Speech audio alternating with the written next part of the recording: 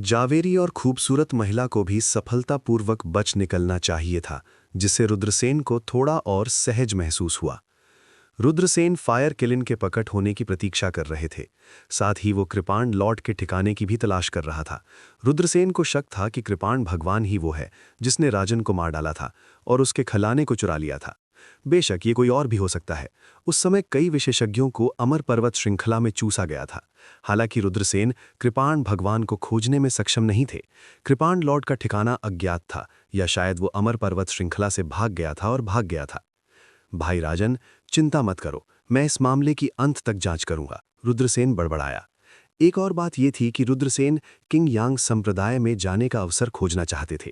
रुद्रसेन ने राजन को पहले भी अपनी बहन का जिक्र करते सुना था। वो रुद्रसेन से कुछ साल छोटी थी और अब किंग यांग संप्रदाय की बाहरी शिष्या थी। राजन की तरह भाई बहन भी किंग यांग संप्रदाय में खेती कर रहे थे। इस दिन फायर किलिन अंततः रुद्रसेन के पास लौट आया। फायर किलिन खेदजनक स्थिति में वापस आया। अर्धमृत फायर किलिन को देखते हुए रुद्रसेन ने पूछा, आप इतनी दयनीय स्थिति में क्यों हैं? फायर किलिन ने उत्तर दिया, मैंने अमर अमर फीनिक्स ट्री को देखा और उसका पीछा किया। मैं बहुत सारे खतरों से गुजरा, लेकिन फिर भी ये भागने में कामयाब रहा। फायर किलिन इस बात से परेशान था कि उसने इस मामले का उल्लेख किया था।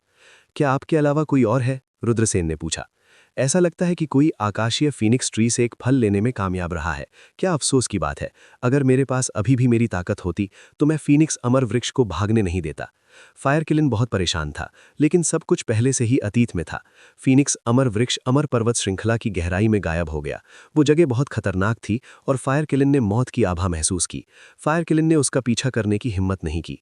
रुद्रसेन ने अपनी ठुड्डी को सहलाया। क्या वास्तव में किसी ने फीनिक्स अमर वृक्ष का फल तोड़ा था? क्या ये वास्तव में जावेद था? फायर किलिन ने पूछा, आप जीवित कैसे निकले? रुद्रसेन ने अपनी आंखें घुमाई और कहा, क्या ऐसा हो सकता है कि आप चाहते हैं कि मैं वहां मर जाऊं? फायर किलिन ने कहा, यदि आप वहां मर जाते हैं तो दुनिया में एक और संकट कम हो जाएगा। उस समय रुद्रसेन को वास्तव में फायर किलिन को मौत के घाट उतारने की इच्छा हुई। देखो ये क्या है। जैसे ही रुद्रसेन ने बात की, उन्होंने अपना दाहिना हाथ बढ़ाया और अपनी उंगलियां झटक दी। नीली लपटों का एक समूह बाहर कूद पड़ा। स्वर्गीय आग, purple earth core fire. Fire Qilin की आंखें लगभग उनके सॉकेट से बाहर निकल आईं जब वो अविश्वास से चिल्लाया। अनगिनत लोगों ने स्वर्गीय आग को खोजने की कोशिश की थी, लेकिन कोई फायदा नहीं हुआ। अब रुद्रसेन ने वास्तव में एक प्रकार की स्वर्गीय आग को परिष्कृत किया था। ये बस एक अकल्पनीय अवसर था।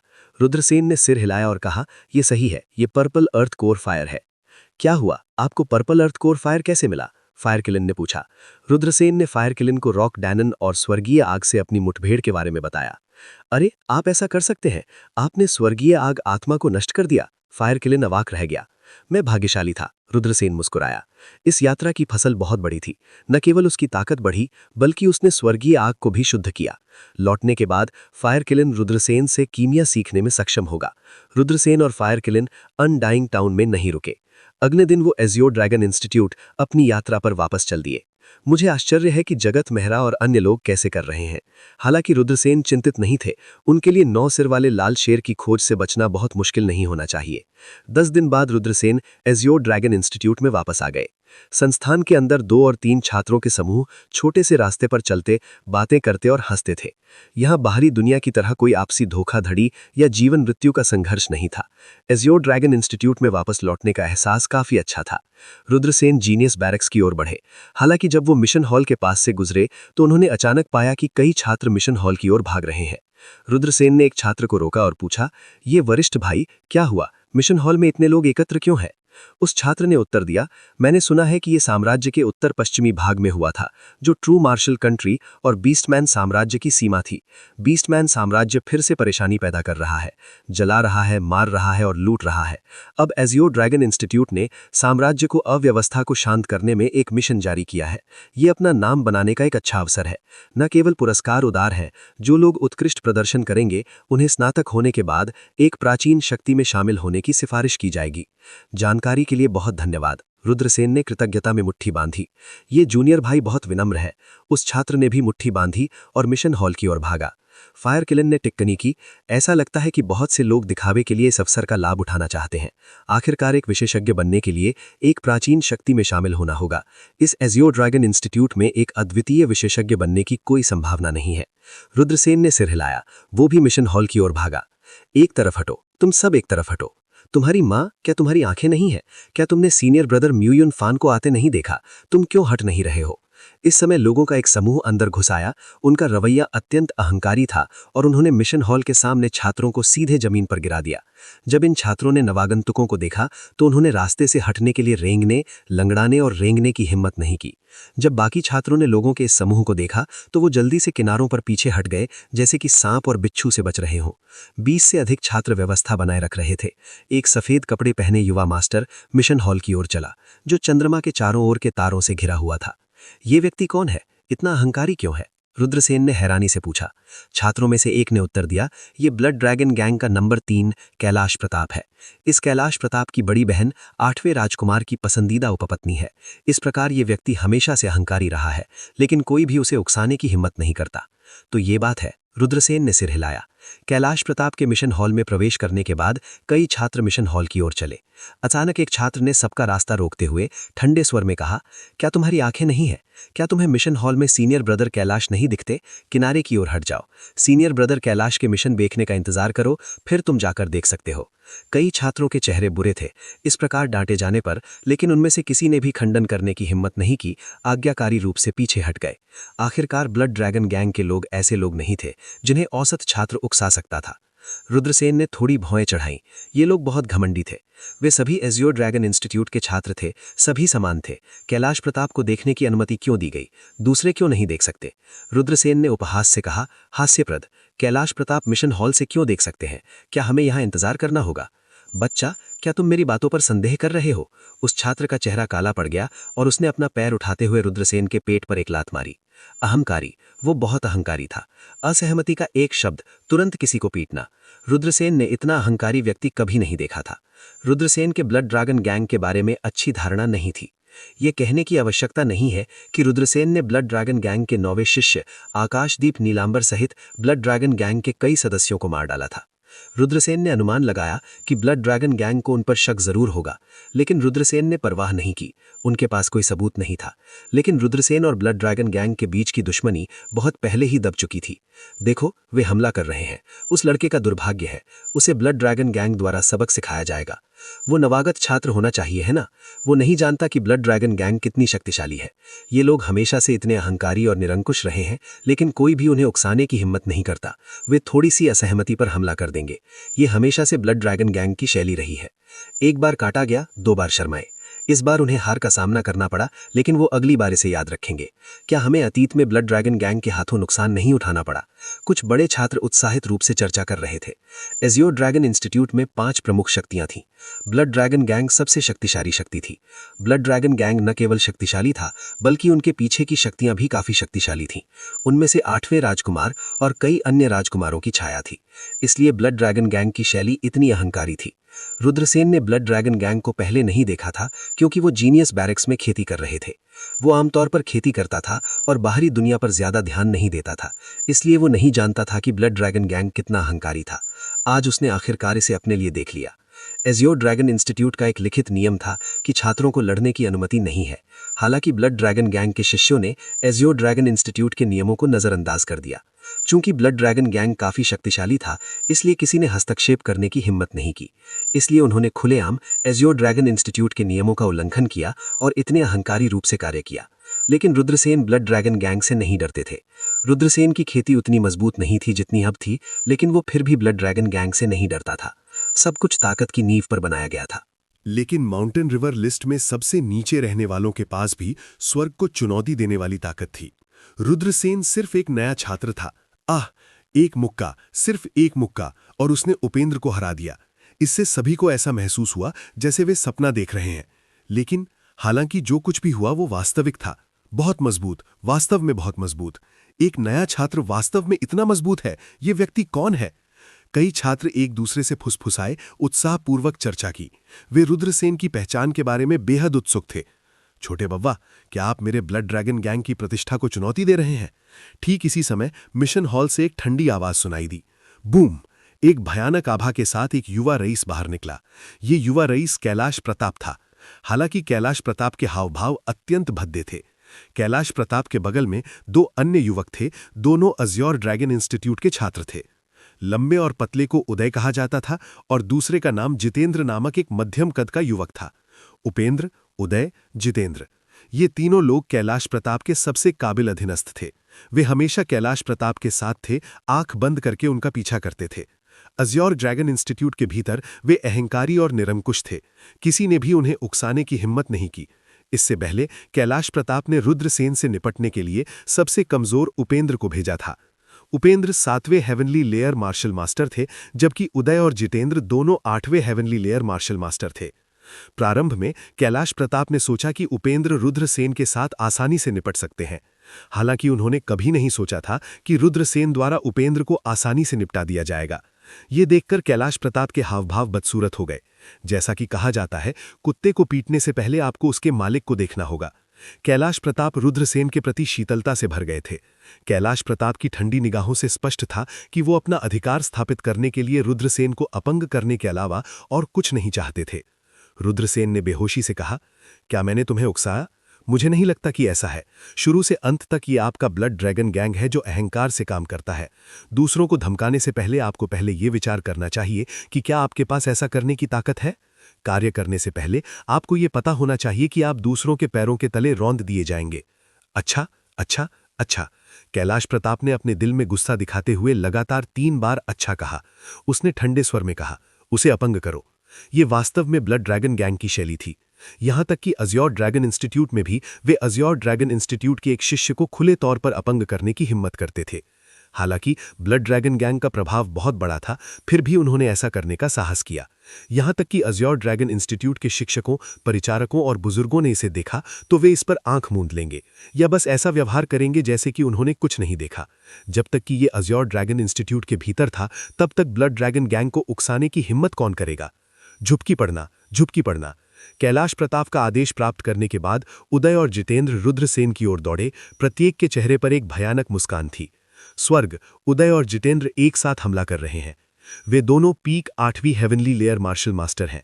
आह, यदि वे एक के बाद एक होते तो वो बच्चा उनमें से 1 या 2 से निपटने में सक्षम हो सकता था, लेकिन अब उसे अकेले 2 शक्तिशाली पात्रों का सामना करना पड़ता है। ये परेशानी भरा है। कई लोग घबराकर चिल्लाने लगे। उदय और जितेंद्र अज्योर ड्रैगन इंस्टीट्यूट के प्रसिद्ध युवक थे। अब वे रुद्रसेन के खिलाफ मिलकर हमला कर रहे थे। स्वाभाविक रूप से कोई भी उषावादी नहीं था कि रुद्रसेन जीतेंगे।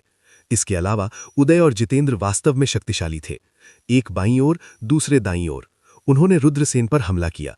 उदय ने tiger fights the heavens and earth वाला चाल खेली। एक क्रूर बाघ जो आकाश और पृथ्वी से लड़ता है, उदय ने रुद्रसेन पर झपट्टा मारा। दूसरी ओर जितेंद्र ने 9 लाइटनिंग स्ट्राइक्स चाल का प्रदर्शन किया और एक के बाद एक 9 पाल्म की एक के ऊपर एक हथेली मारी। प्रत्येक हमले की शक्ति तेजी से बढ़ गई। उनके दोनों शक्तिशाली हमले पलक झपकते ही रुद्रसेन तक पहुंच गए। इस समय रुद्रसेन ने मूव चलाया। बूम! रुद्रसेन ने उदय और जितेंद्र पर लगातार 2 मुक्के मारे। उदय और जितेंद्र को उनकी तार कटे हुए पतंग की तरह उड़ता हुआ भेज दिया। कच्चा कच्चा। हवा में उनकी बाहें टूट गई थीं। आह! दोनों ने दिल कांप देने वाली चीखें मारी। सेकंड, इंस्टेंट मार दिया। इस द्वंद्व को देखकर हर कोई अवाक रह गया। किसी को ऐसी स्थिति की उम्मीद नहीं थी। उदय और जितेंद्र दोनों 8वीं हेवनली लेयर मार्शल मास्टर थे। सभी की राय में हारने वाला जरूर रुद्रसेन होगा, लेकिन परिणाम था उदय और जितेंद्र को रुद्रसेन ने तुरंत मार दिया। मजबूत, बहुत मजबूत। वास्तव में वो बव्वा कौन है? कई लोग उन्माद से चिल्लाने लगे। रुद्रसेन ने उदय और जितेंद्र के संयुक्त आक्रमणों को तुरंत हरा दिया, लेकिन इससे किसी को झटका नहीं लगा। बूम! अचानक रुद्रसेन के पीछे एक भयानक क्यू फट गया। सभी ने देखा कि कैलाश प्रताप में अपनी चाल चल दी है।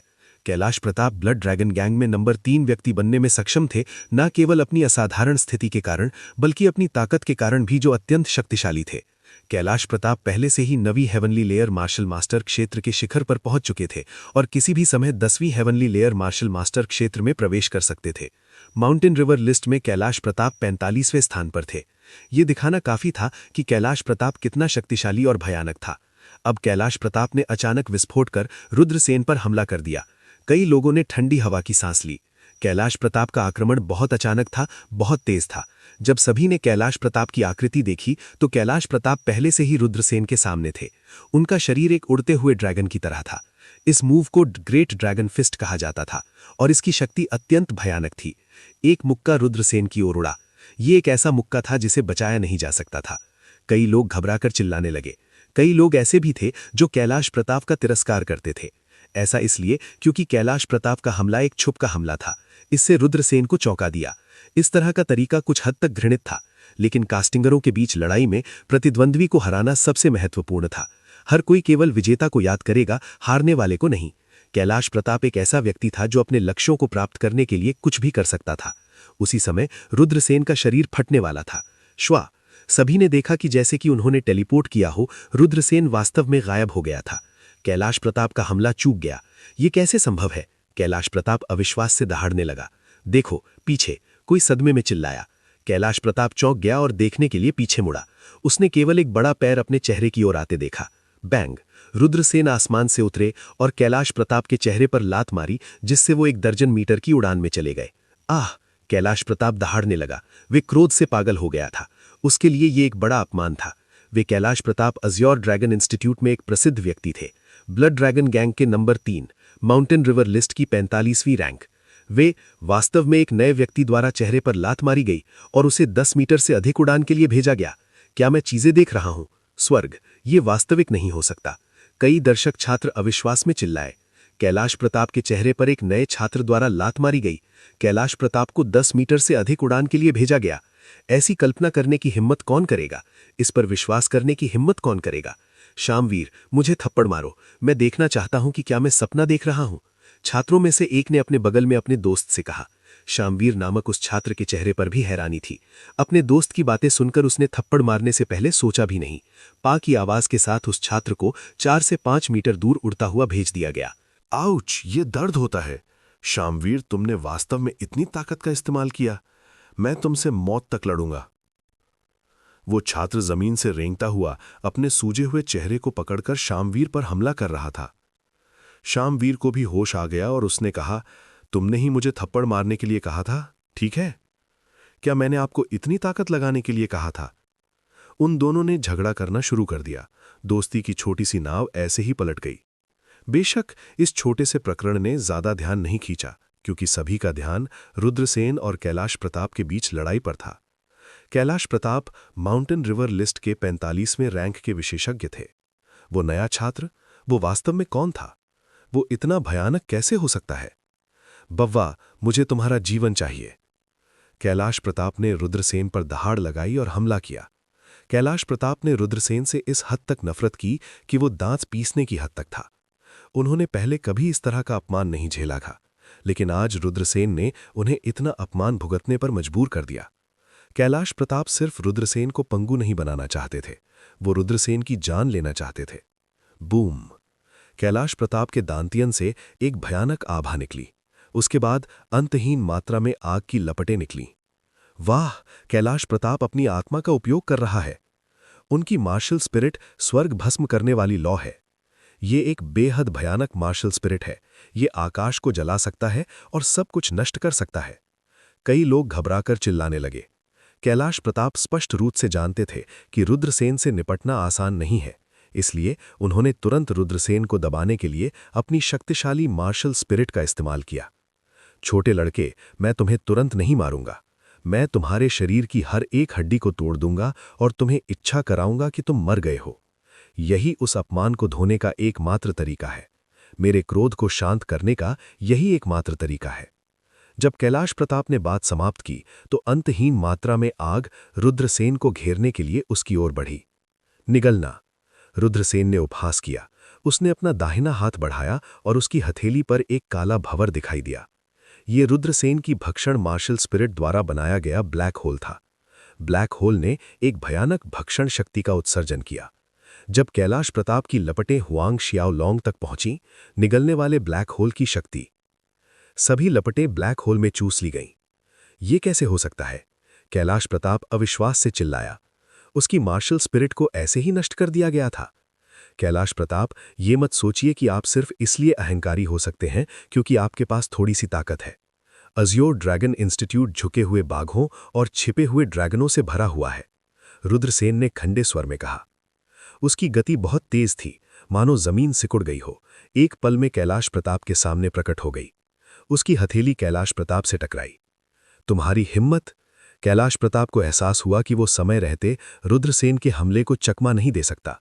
वो हुआंग शियाओ लॉन्ग को धमकी देते हुए अपने फेफड़ों के ऊपर चिल्लाया। डरने की क्या बात है? रुद्रसेन के हाव भाव उदासीन थे। उसकी हथेली टकराने वाली थी। ठीक इसी समय मिशन हॉल से एक सिलुएट निकला जो हथेली से बाहर निकल रहा था। बैंग! इस व्यक्ति और रुद्रसेन की टक्कर हो गई। Thump thump thump.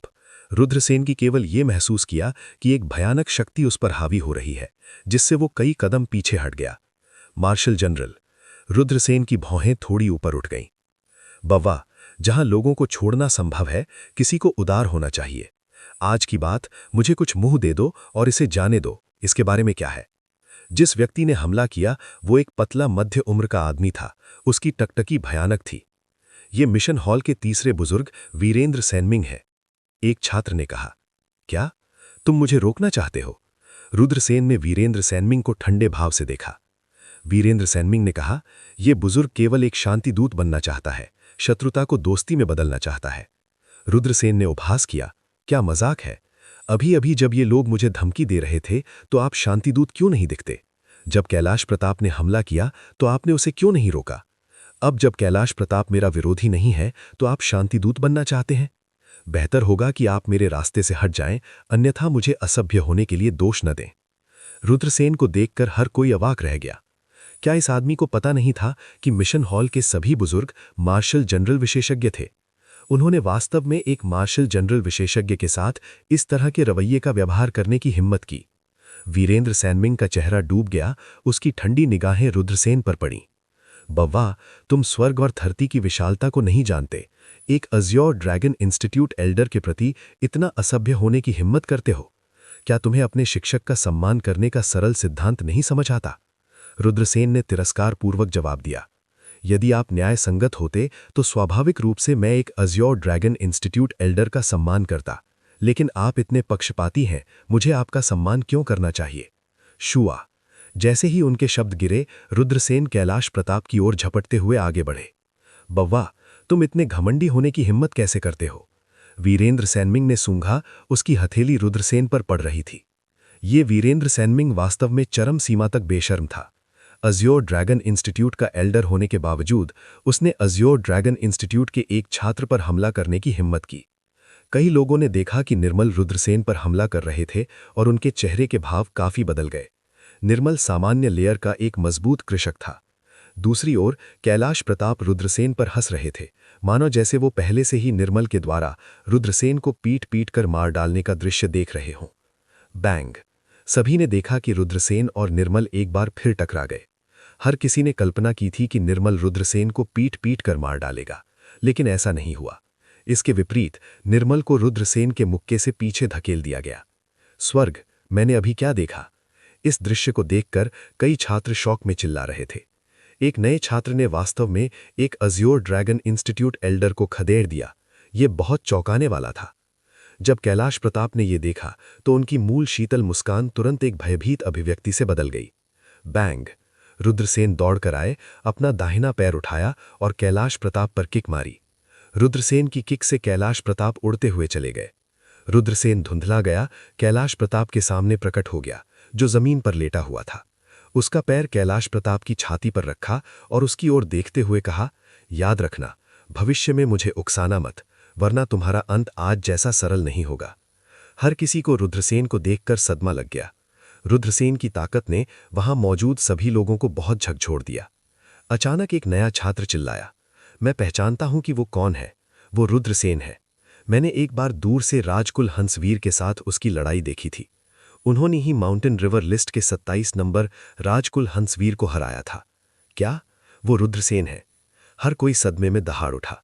कहा जा सकता है कि रुद्रसेन के नाम ने पूरे अज्योर ड्रैगन इंस्टीट्यूट को हिलाकर रख दिया था। बात सिर्फ इतनी थी कि रुद्रसेन को पहले किसी ने देखा नहीं था। तुम रुद्रसेन हो? मिशन हॉल के एल्डर वीरेंद्र सैनमिंग ने रुद्रसेन को एक शीतल निगाह से देखा। हालांकि उन्होंने फिर से हमला नहीं किया। वीरेंद्र सैनमिंग एक first heavenly layer marshal general थे, जिनके पास एक ड्रैगन की ताकत थी। फिर भी उन्हें रुद्रसेन द्वारा पीछे हटा दिया गया था। वीरेंद्र सैनमिंग जानते थे कि रुद्रसेन की ताकत उनसे कहीं अधिक है। रुद्रसेन ने सिर हिलाया और कहा, क्या अब भी आप मेरे तरीकों को आजमाना चाहते हैं? तुम? वीरेंद्र सैनमिंग की आंखों में ठंडक चमक उठी। रुद्रसेन वीरेंद्र जैसे किसी को कोई मुंह नहीं देगा। चेहरा पारस्परिक था। वीरेंद्र सेनमिंग का ब्लड ड्रैगन गैंग से गहरा रिश्ता था और उसने उसे धोखा दिया था। रुद्रसेन वीरेंद्र को क्यों मुंह देना चाहिए? क्या चल रहा है? इसी समय एक गंभीर आवाज सुनाई दी। फिर श्वेत वस्त्रधारी एक लंबा और मजबूत बुजुर्ग मिशन हॉल से बाहर चला आया। मिशन हॉल ग्रैंड एल्डर जुगल चौधरी। कुछ छात्र आश्चर्य से चिल्लाए, स्पष्ट रूप से एल्डर की पहचान पहचानते थे। मिशन हॉल ग्रैंड एल्डर निश्चित रूप से अज्योर ड्रैगन इंस्टीट्यूट के ऊपरी रांगों में से थे। Grand Elder. वीरेंद्र सेनमिंग ने झट से जुगल चौधरी को सलाम किया। शिष्य ग्रैंड एल्डर को नमस्कार करता है। कई छात्रों ने जुगल चौधरी को नमस्कार किया। औपचारिकताओं को दूर करो। जुगल चौधरी ने सिर हिलाया। उसने अपने आसपास की स्थिति को देखा और थोड़ी भौहें चढ़ा लीं। वीरेंद्र सेनमिंग, यहां क्या हुआ? जुगल चौधरी ने पूछा। ग्रैंड एल्डर को रिपोर्ट करते हुए, ये रुद्रसेन था। वो अपनी उच्च साधना पर निर्भर था और दूसरों के साथ अच्छे से पेश नहीं आता था, इसलिए उसने उन्हें भारी चोट पहुंचाई। ग्रैंड एल्डर, कृपया नजर डालें। इन सभी छात्रों को रुद्रसेन ने घायल किया है। वीरेंद्र सेनमिंग ने सीधे ही विलन की तरह शिकायत की। हिस, फुसफुस। आसपास के कई छात्र वीरेंद्र सेनमिंग को बू कर रहे थे। जाहिर है कि रुद्रसेन को कुछ भी समझाने की जरूरत नहीं थी। इन छात्रों ने रुद्रसेन के लिए पहले ही सब कुछ समझा दिया था। तुम रुद्रसेन हो? जुगल चौधरी ने पूछा। शिष्य है। रुद्रसेन ने झुका। जुगल चौधरी ने सिर हिलाया। क्या तुम्हें कुछ कहना है? रुद्रसेन ने जवाब दिया, न्याय हर किसी के दिल में होता है। मेरा दिल चांद की गवाह बन सकता है। अच्छा, न्याय लोगों के दिलों में है। मेरा दिल चांद की गवाह बन सकता है। जुगल चौधरी की बूढ़ी आंखें अचानक चमक उठी। उसने वीरेंद्र सेनमिंग को देखा और उसके हाव भाव तुरंत ठंडे हो गए। उसने ठंडे स्वर में कहा, वीरेंद्र सेनमिंग, क्या आपको लगता है कि ये बूढ़ा आदमी बुढ़ापे के कारण उलझा हुआ है? वीरेंद्र सेनमिंग इतने डरे हुए थे कि उन्होंने एक थपथपा के साथ जमीन पर घुटने टेक दिए और झुकते रहे। महान बुजुर्ग, वाहिद अपनी गलतियों को जानता है। वाहिद दोबारा ऐसा करने की हिम्मत नहीं करेगा। कृपया दया करें महान बुजुर्ग। जुगल चौधरी ने उपहास करते हुए कहा, मेरे मिशन हॉल में हमारे बुजुर्गों के आचरण के संबंध में सख्त आवश्यकताएं हैं। चूंकि आपका आचरण अनुचित है, इसलिए अपना सामान पैक करें और अज्योर ड्रैगन इंस्टीट्यूट छोड़ दें। अच्छा, महान बुजुर्ग वास्तव में बुद्धिमान है। कई छात्रों ने तालियां बजाईं और जयकार की। मेरे साथ आओ। जुगल चौधरी ने रुद्रसेन की ओर देखा। हाँ, रुद्रसेन ने सिर हिलाया और जुगल चौधरी के पीछे पीछे मिशन हॉल में चले गए। वीरेंद्र सेनमिंग को जुगल चौधरी ने अज्योर ड्रैगन इंस्टीट्यूट से निकाल दिया था, इसलिए वो जुगल चौधरी से दिल से नफरत करते थे। बेशक वो रुद्रसेन से और भी अधिक नफरत करता था। जहरीली आंखों की एक जोड़ी रुद्रसेन को घूर रही थी। मिशन हॉल को 3 मंजिलों में बांटा गया था। पहली मंजिल वो जगह थी जहां अज्योर ड्रैगन इंस्टीट्यूट ने सभी प्रकार के मिशन जारी किए थे। दीवारों पर विशाल क्रिस्टल स्क्रीनें लटकी हुई थीं जो सभी प्रकार के मिशनों को प्रदर्शित करती थीं। इन क्रिस्टल स्क्रीनों को मेमोरी क्रिस्टल कहा जाता था। स्पिरिट एरे मास्टर द्वारा मजबूत किए जाने के बाद वे सभी प्रकार की जानकारी को अंकित कर सकते हैं, फिर इसे प्रदर्शित कर सकते हैं। ये बहुत सुविधाजनक था। दूसरी मंजिल वो जगह थी जहां मिशन हॉल में सभी प्रकार की फाइलें रखी होती थीं। तीसरी मंजिल वो जगह थी जहां छात्र आराम कर सकते थे। जुगल चौधरी रुद्रसेन को लिविंग रूम में ले आए। बैठो, जुगल चौधरी ने कहा। एक जूनियर एक बुजुर्ग के सामने कैसे बैठ सकता है? रुद्रसेन ने मुस्कुराते हुए कहा। जुगल चौधरी ने मुस्कुराते हुए कहा, दरअसल मैं हमेशा से आपको देखना चाहता था, लेकिन चूंकि मैं कुछ मामलों को निपटाने के लिए बाहर गया था, इसलिए मैं बस लौट आया। मैं आपके शिष्य सुभाष के साथ बहुत अच्छे दोस्त हूं।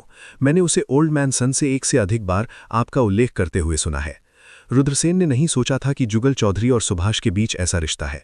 उन्होंने कहा, अगर इस जूनियर को बड़े और शिक्षक के बीच के रिश्ते के बारे में पता होता तो मैं बड़े से मिलने आता। मुझे उम्मीद है कि बड़े इस जूनियर को असभ्य होने के लिए दोषी नहीं ठहराएंगे। हाँ, ओल्ड मैन सन ने एक विनम्र और विनम्र शिष्य को सिखाया है। जुगल चौधरी ने मुस्कुराते हुए कहा, यह जूनियर का कर्तव्य है। रुद्रसेन ने मुस्कुराते हुए कहा। जुगल चौधरी ने रुद्रसेन की ओर प्रशंसा की दृष्टि से देखा और कहा, आजकल के बहुत से युवा बहुत उतावले हैं। क्या आपको लगता है कि मैं आपके प्रति पक्षपाती हूं क्योंकि आप मेरे अच्छे दोस्त की शिष्य हैं? रुद्रसेन ने एक पल सोचा और कहा, यह शिष्य ऐसा नहीं सोचता। ओह! जुगल चौधरी ने रुद्रसेन को दिलचस्पी से देखा। जो लोग मेरे साथ लड़े वो ब्लड ड्रैगन गैंग से थे। ब्लड ड्रैगन गैंग का अज्योर ड्रैगन इंस्टीट्यूट में बहुत बड़ा प्रभाव है।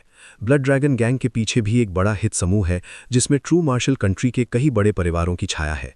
मैंने ये भी सुना है कि ब्लड ड्रैगन गैंग को 8वें राजकुमार और कई अन्य राजकुमारों का समर्थन प्राप्त है। मुझे लगता है कि इस समूह को 8वें राजकुमार की सेवा करनी चाहिए। मेरा व्यक्तिगत तौर पर मानना है कि अजोर ड्रैगन इंस्टीट्यूट को ट्रू मार्शल कंट्री की सेवा करनी चाहिए, न कि कुछ राजकुमारों की। ब्लड ड्रैगन गैंग पहले ही सीमा पार कर चुका है। एक पल के लिए रुकने के बाद रुद्रसेन ने आगे कहा, जहां तक वीरेंद्र सेनमिंग की बात है, उसका ब्लड ड्रैगन गैंग के साथ रिश्ता है। ये अजोर ड्रैगन इंस्टीट्यूट के नियमों के भी खिलाफ है।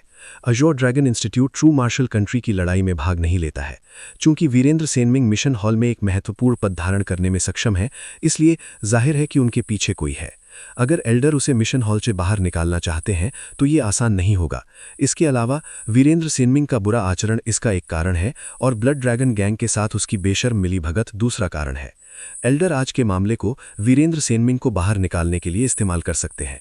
यहां तक कि अगर वीरेंद्र सेनमिंग के पीछे वाला व्यक्ति हस्तक्षेप करता है तो भी वे स्थिति को नहीं पलट पाएंगे। रुद्रसेन की सफाई सुनकर जुगल चौधरी की आंखें चमक उठीं। रुद्रसेन ने जो कहा वो बिल्कुल वैसा ही था जैसा वे सोच रहे थे। जुगल चौधरी को उम्मीद नहीं थी कि रुद्रसेन इतने बुद्धिमान होंगे। वो एक नज़र में मामले की जड़ को समझ सकता था। शक्तिशाली साधना प्रतिभा, शक्तिशाली स्पिरिट एरे प्रतिभा, मॉन्स्टर जैसी बुद्धि, कम महत्वपूर्ण और विनम्र। इस प्रकार का व्यक्ति क्या पता वो भविष्य में कितनी दूर तक बढ़ेगा। जुगल चौधरी सदमे में सोचने से खुद को नहीं रोक सके। मुझे नहीं पता कि इस जूनियर ने जो कहा वो सही है या नहीं। रुद्रसेन ने जुगल चौधरी की ओर देखा। जुगल चौधरी होश में आए और सिर हिलाया। वो मुस्कुराया और कहा, आपने जो कहा वो बहुत सही है। इस वीरेंद्र सेनमिंग को एक बड़े शॉट द्वारा व्यवस्थित किया गया था। इस बार वीरेंद्र सेनमिंग का समाधान हो गया है। रुद्रसेन ने कहा, ब्लड ड्रैगन गैंग एक बड़ा पेड़ है जो हवा को आकर्षित करता है। वे खुद को संयमित करना नहीं जानते। देर या सवेर उन पर आपदा आ जाएगी। जुगल चौधरी ने मुस्कुराते हुए कहा, इसमें सिंहासन के लिए लड़ाई शामिल है, लेकिन इसका हमसे कोई लेना देना नहीं है। अजोर ड्रैगन इंस्टीट्यूट इन मामलों में भाग नहीं लेता है। रुद्रसेन ने सिर हिलाया। वो पूरे दिल से मार्शल पथ पर केंद्रित था। उसने भविष्य में एक प्राचीन शक्ति में शामिल होने और एक अद्वितीय विशेषज्ञ बनने के लिए खेती करना जारी रखने की उम्मीद की। उसे धर्मनिरपेक्ष साम्राज्यवादी सत्ता में जरा भी दिलचस्पी नहीं थी। इस बार अजोर ड्रैगन इंस्टीट्यूट ने ट्रू मार्शल कंट्री की सीमा से लगे बीस्टमैन एम्पायर में अराजकता का फायदा उठाकर अपने छात्रों को प्रशिक्षित करने का आदेश जारी किया। जुगल चौधरी ने बीस्टमैन एम्पायर की अराजकता के बारे में बात करना शुरू कर दिया। सर्वलोक महाद्वीप के 3000 प्रांत विशाल और असीम थे। मनुष्यों द्वारा नियंत्रित प्राचीन देश, राक्षसी जानवरों द्वारा नियंत्रित देश और बीस्टमैन द्वारा नियंत्रित साम्राज्य थे। ये देश एक दूसरे के साथ संघर्ष में थे और हर साल युद्ध छिड़ जाते थे।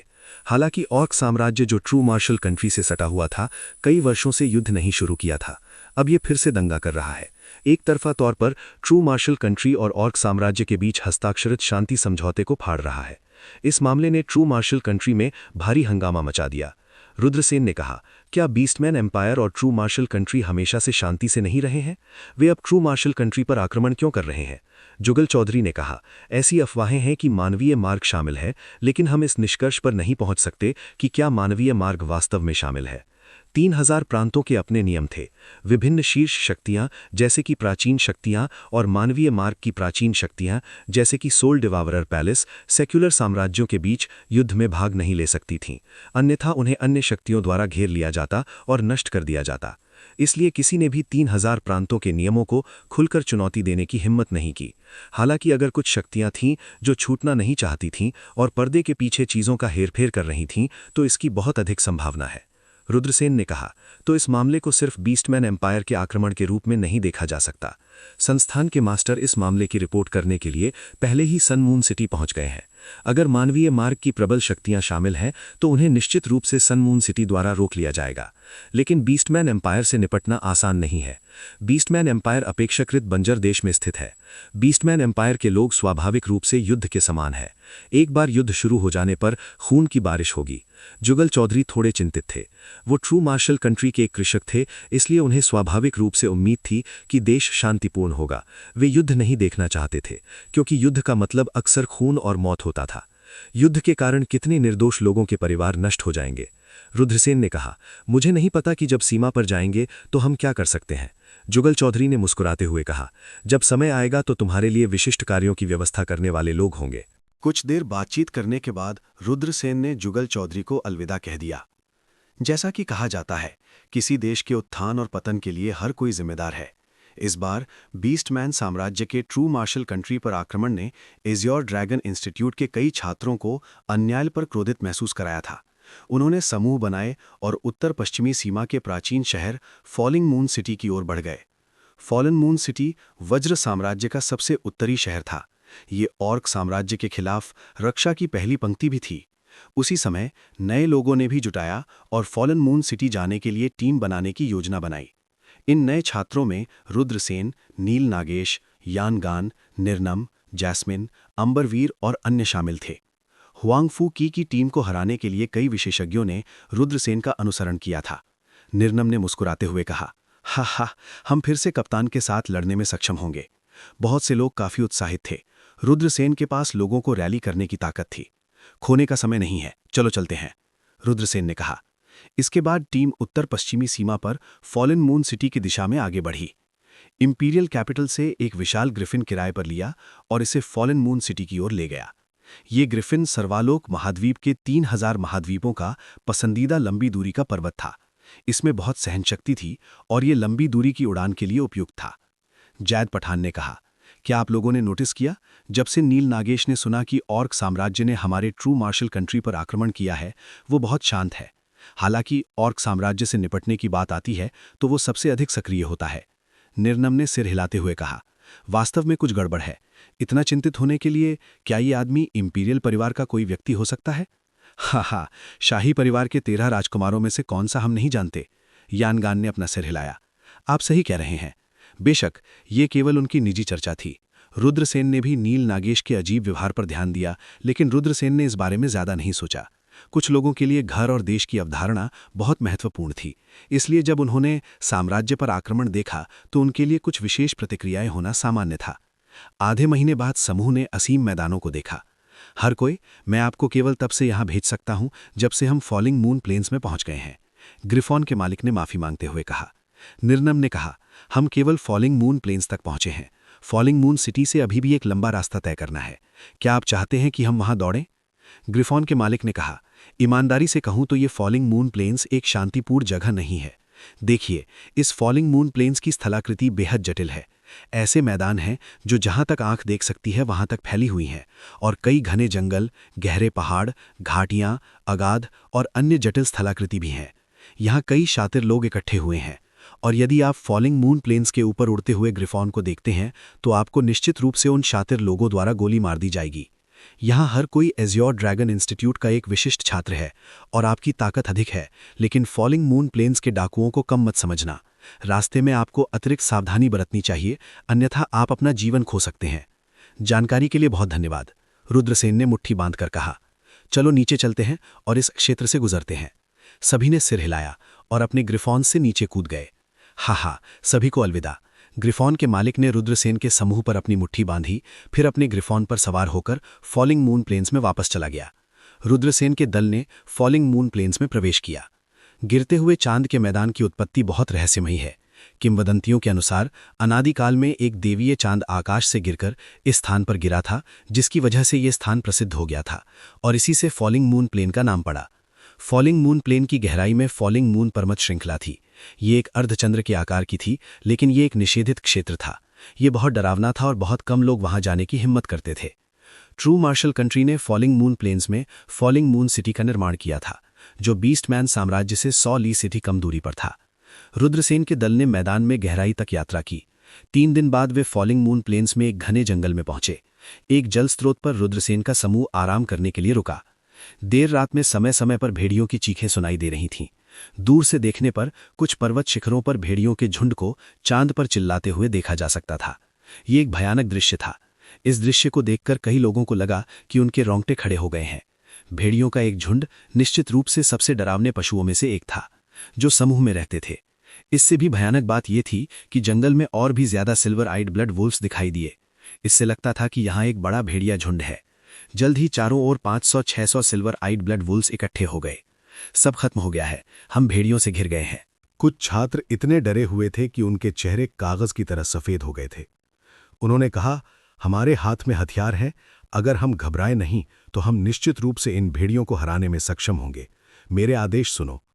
छात्रों की पहली 2 पंक्तियां बचाव के लिए ढाल निकालेंगी, छात्रों की दूसरी 2 पंक्तियां भाले से हमला करेंगी। आप में से बाकी इन सिल्वर आइड ब्लड भेड़ियों को मारने के लिए धनुष और तीर का उपयोग करें। रुद्रसेन गहरी आवाज में चिल्लाया। इन छात्रों में आने से पहले ही हर तरह की चीजें तैयार कर ली थीं। आखिरकार उन्हें ऑर्क साम्राज्य की सेना के खिलाफ फॉलन मून सिटी का समर्थन करना पड़ा था। उन्हें ऑर्क साम्राज्य की सेना के खिलाफ लड़ना था, इसलिए सभी ने धनुष, तीर, ढाल और अन्य युद्ध उपकरण तैयार किए थे।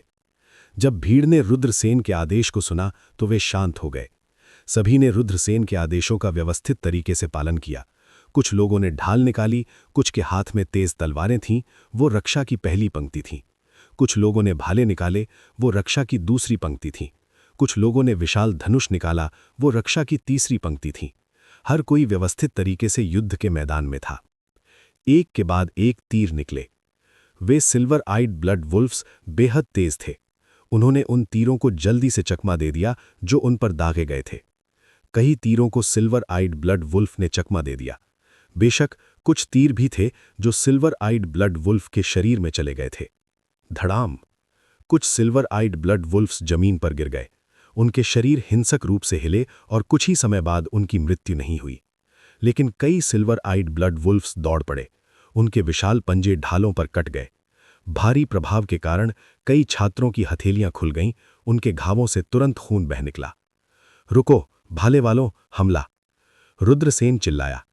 तुरंत छात्रों की दूसरी पंक्ति ने सिल्वर आइड ब्लड वुल्फ्स को अपने भाले से वार किया। खश खश! तेज भाले सिल्वर आंखों वाले ब्लड वुल्फ्स के शरीर में छेद कर रहे थे। सिल्वर आइड ब्लड वुल्फ्स ने शोकपूर्ण चीखें निकाली और मरकर जमीन पर गिर गए। कुछ सिल्वर आइड ब्लड वुल्फ्स भीड़ में कूदने की कोशिश कर रहे थे। ऊपर, मार डालो! नील नागेश जोर से चिल्लाया। भाला चलाने वाले छात्रों के दूसरे बैच को सिल्वर आइड ब्लड वुल्फ की ओर ले गया, जो हवा में छलांग लगा दी थी। हालांकि ये सिल्वर आइड ब्लड वुल्फ्स बहुत शक्तिशाली थे, लेकिन जब वे हवा में थे तो उनके लिए भीड़ के हमलों से बचना आसान नहीं था। Puff puff puff! हवा में लाशों के छेदे जाने की आवाजें गूंज उठीं। एक एक करके सिल्वर आइड ब्लड वुल्फ्स के शरीर को छेद दिया गया। मौके पर ही मर गए। सभी के ठोस प्रयासों के तहत सिल्वर आइड ब्लड वुल्फ्स जो उन पर झपटे थे, वे सभी मारे गए। हालांकि रुद्रसेन की ओर से कुछ लोग घायल हुए हैं, लेकिन कोई हताहत नहीं हुआ है। जंगल की गहराई में 100 से अधिक लोग थे। ये लोग लंबे और हट्टे-कट्टे थे। इंसानों से बहुत मिलते जुलते थे, लेकिन कुछ मूलभूत अंतर थे। उदाहरण के लिए, उनमें से एक मगरमच्छ की पूंछ के साथ 3 मीटर लंबा था। ये एक जानवर था, जो मगरमच्छ पूंछ जनजाति का सदस्य था। ये सभी लोग जानवर थे। उनमें से एक पतला मध्यम आयु का व्यक्ति था, जो एक विशाल सिल्वर आइड ब्लड वुल्फ पर सवार था। उस विशाल सिल्वर आइड ब्लड वुल्फ के पास वास्तव में सुनहरा भर था। वो सुनहरा सिल्वर आइड ब्लड वुल्फ वुल्फ किंग था। धिक्कार है, इन एज़्योर ड्रैगन इंस्टीट्यूट के छात्रों ने कभी भी जीवन और मृत्यु की लड़ाई के बपतिस्मा का अनुभव नहीं किया है। वे अपनी सेना को इतने व्यवस्थित तरीके से कैसे व्यवस्थित कर सकते हैं? क्या इन लोगों को भेड़ियों के झुंड के द्वारा तितर बितर नहीं कर दिया जाना चाहिए और फिर सिल्वर आइड ब्लड वुल्फ्स के द्वारा फाड़ दिए जाएं?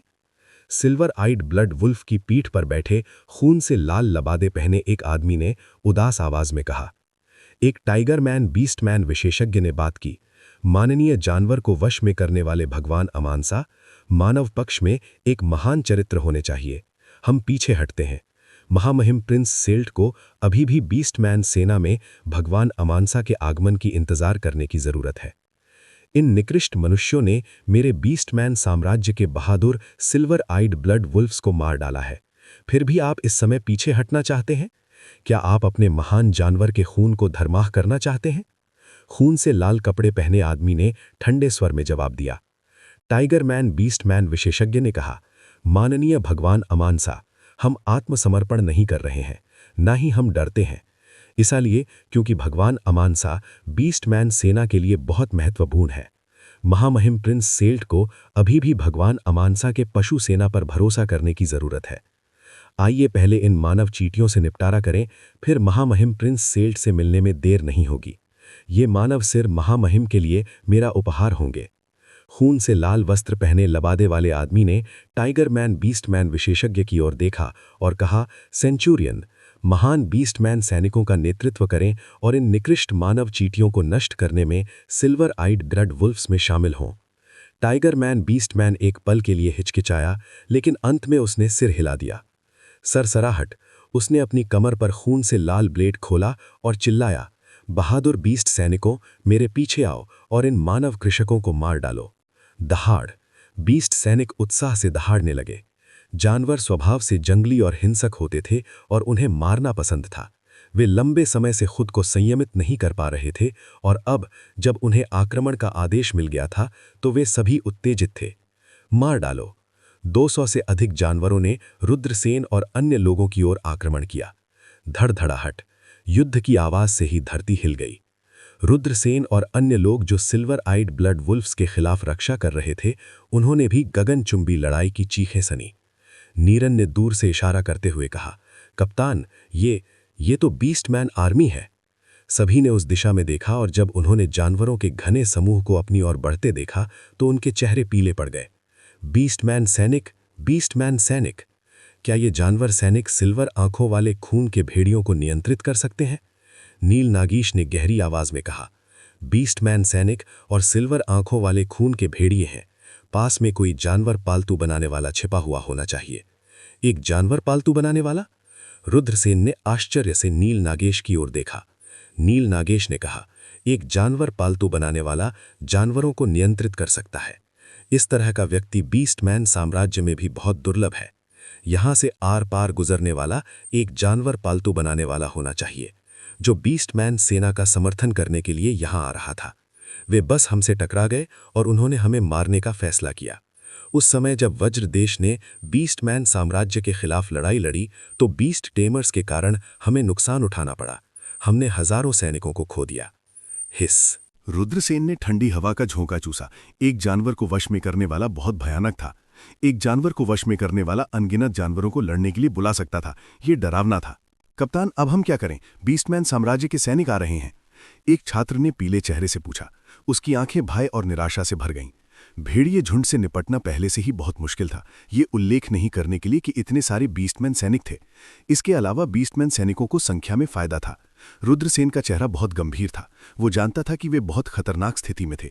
ये बहुत संभावना थी कि वे सभी मिटा दिए जाएंगे। ओह! उसने एक गहरी सांस ली। रुद्रसेन ने अपना दाहिना हाथ बढ़ाया और उनकी उंगलियों पर शुद्ध ऊर्जा दिखाई दी। फिर रुद्रसेन ने एक आध्यात्मिक चिन्ह को पीछे छोड़ते हुए हवा में एक रेखा खींची। ये एक महान आशीर्वाद तकनीक है। मैं इसकी शक्ति के बदले में अपना खून बलिदान करने को तैयार हूं। रुद्रसेन बुदबुदाया। फू! अगले ही पल उसने अपनी कलाई काट ली और खून बह निकला। खून जल गया और आध्यात्मिक चिन्हों के साथ जुड़ गया। ये एक गुप्त तकनीक थी जिसे सुभाष ने रुद्रसेन को सिखाया था। इस तरह की स्पिरिट एरे तकनीक बेहद शक्तिशाली थी, लेकिन इसके लिए एक बड़े बलिदान की आवश्यकता थी। इस गठन तकनीक का उपयोग करने के लिए रुद्रसेन ने अपने स्वयं के रक्त का त्याग किया था। रुद्रसेन तुरंत कमजोर महसूस कर रहे थे। मैं दिव्य कवच में बदलने के लिए महान दिव्य शक्ति के बदले में बलिदान के रूप में अपना रक्त अर्पित करता हूं। जैसे ही रुद्रसेन की आवाज गिरी, रुद्रसेन ने अपने बगल में मौजूद नील नागेश को हल्के से थपथपाया। सनसनाहट। नील नागेश के शरीर पर एक लाल रंग का कवच दिखाई दिया। लाल रंग के कवच ने उसके पूरे शरीर को ढक लिया। स्वर्ग! ये किस तरह की तकनीक है? स्पिरिट एरे तकनीक। ये एक स्पिरिट एरे तकनीक है जो डिवाइन आर्मर द्वारा समर्थित है। मैंने इसके बारे में एक प्राचीन पुस्तक में पढ़ा है। ये एक अत्यंत प्राचीन स्पिरिट एरे तकनीक है। कप्तान वास्तव में एक स्पिरिट एरे मास्टर है। कुछ छात्रों ने आश्चर्य से कहा। आखिरकार एक व्यक्ति की ऊर्जा सीमित थी। रुद्रसेन ने जो ताकत दिखाई थी उसने पहले ही सभी को चौंका दिया था।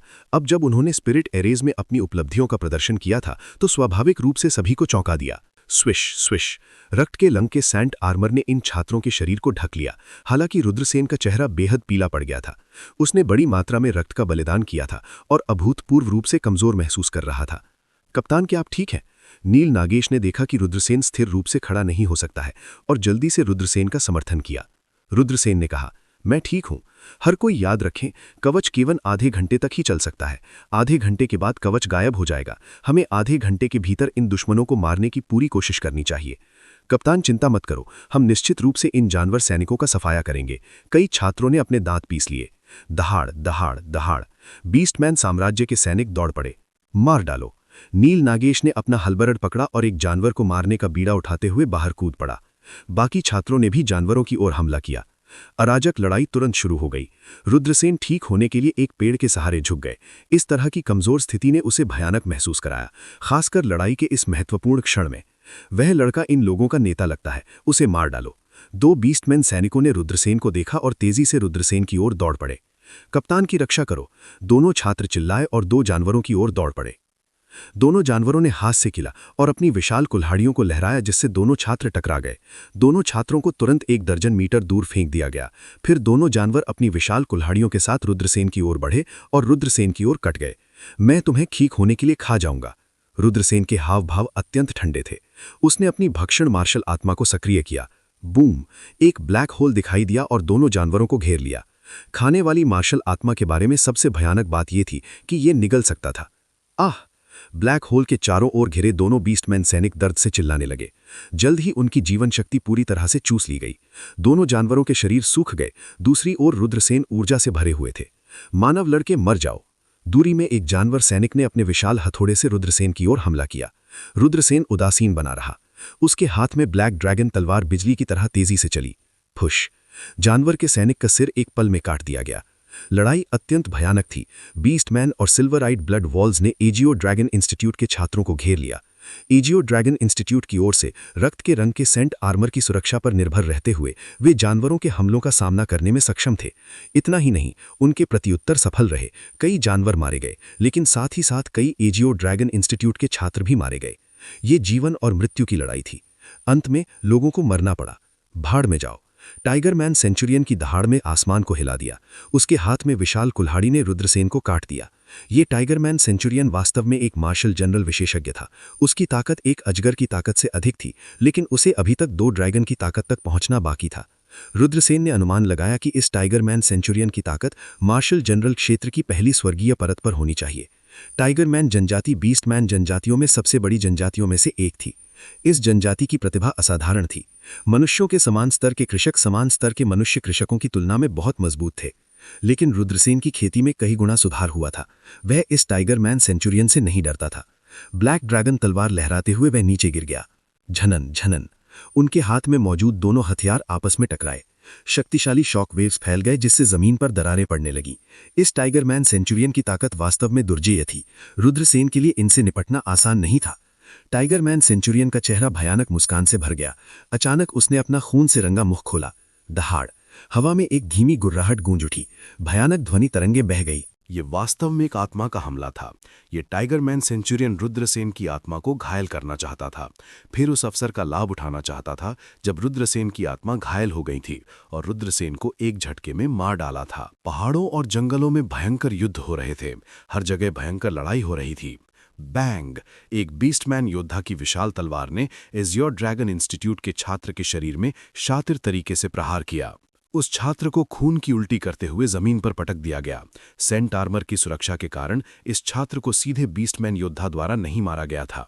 उस जानवर योद्धा ने एक भयावह हंसी निभाई, अपने हाथ में विशाल तलवार उठाई। इस एजियो ड्रैगन इंस्टीट्यूट के छात्र का सिर काटने के लिए तैयार था। लेकिन ठीक इसी समय एजियो ड्रैगन इंस्टीट्यूट के शिष्य ने अपने दांत पीस लिए और ऊपर कूद गया। उसके हाथ में तेज तलवार सीधे जानवरों की छाती में घुस गई। जानवरों की लाश एक जोरदार धमाके के साथ जमीन पर गिर गई, मर गई। जंगल के हर कोने में इस तरह की लड़ाइयां हो रही थीं। यदि ये रुद्रसेन के सेंट आर्मर की सुरक्षा के लिए नहीं होता तो एजियो ड्रैगन इंस्टीट्यूट के छात्रों को पूरी तरह से नष्ट नहीं किया जा सकता था, लेकिन उनमें से कम आधे की मौत हो गई होगी। लेकिन रुद्रसेन के सेंट कवच के साथ इसने न केवल कई लोगों को जीवित रहने दिया, बल्कि इसने कई लोगों को मरने की भी अनुमति दी। जीवन और मृत्यु की लड़ाई के बीच इन छात्रों ने कई जानवरों के योद्धाओं को मार डाला।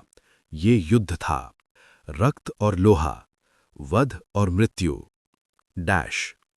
दूसरी तरफ टाइगर ट्राइब सेंचुरियन की टाइगर दहाड़ आसमान भर गई। उन्होंने इस ध्वनि तरंग हमले का इस्तेमाल रुद्रसेन को नुकसान पहुंचाना चाहते थे। हालांकि टाइगर ट्राइब सेंचुरियन की इच्छाधारी सोच गलत थी।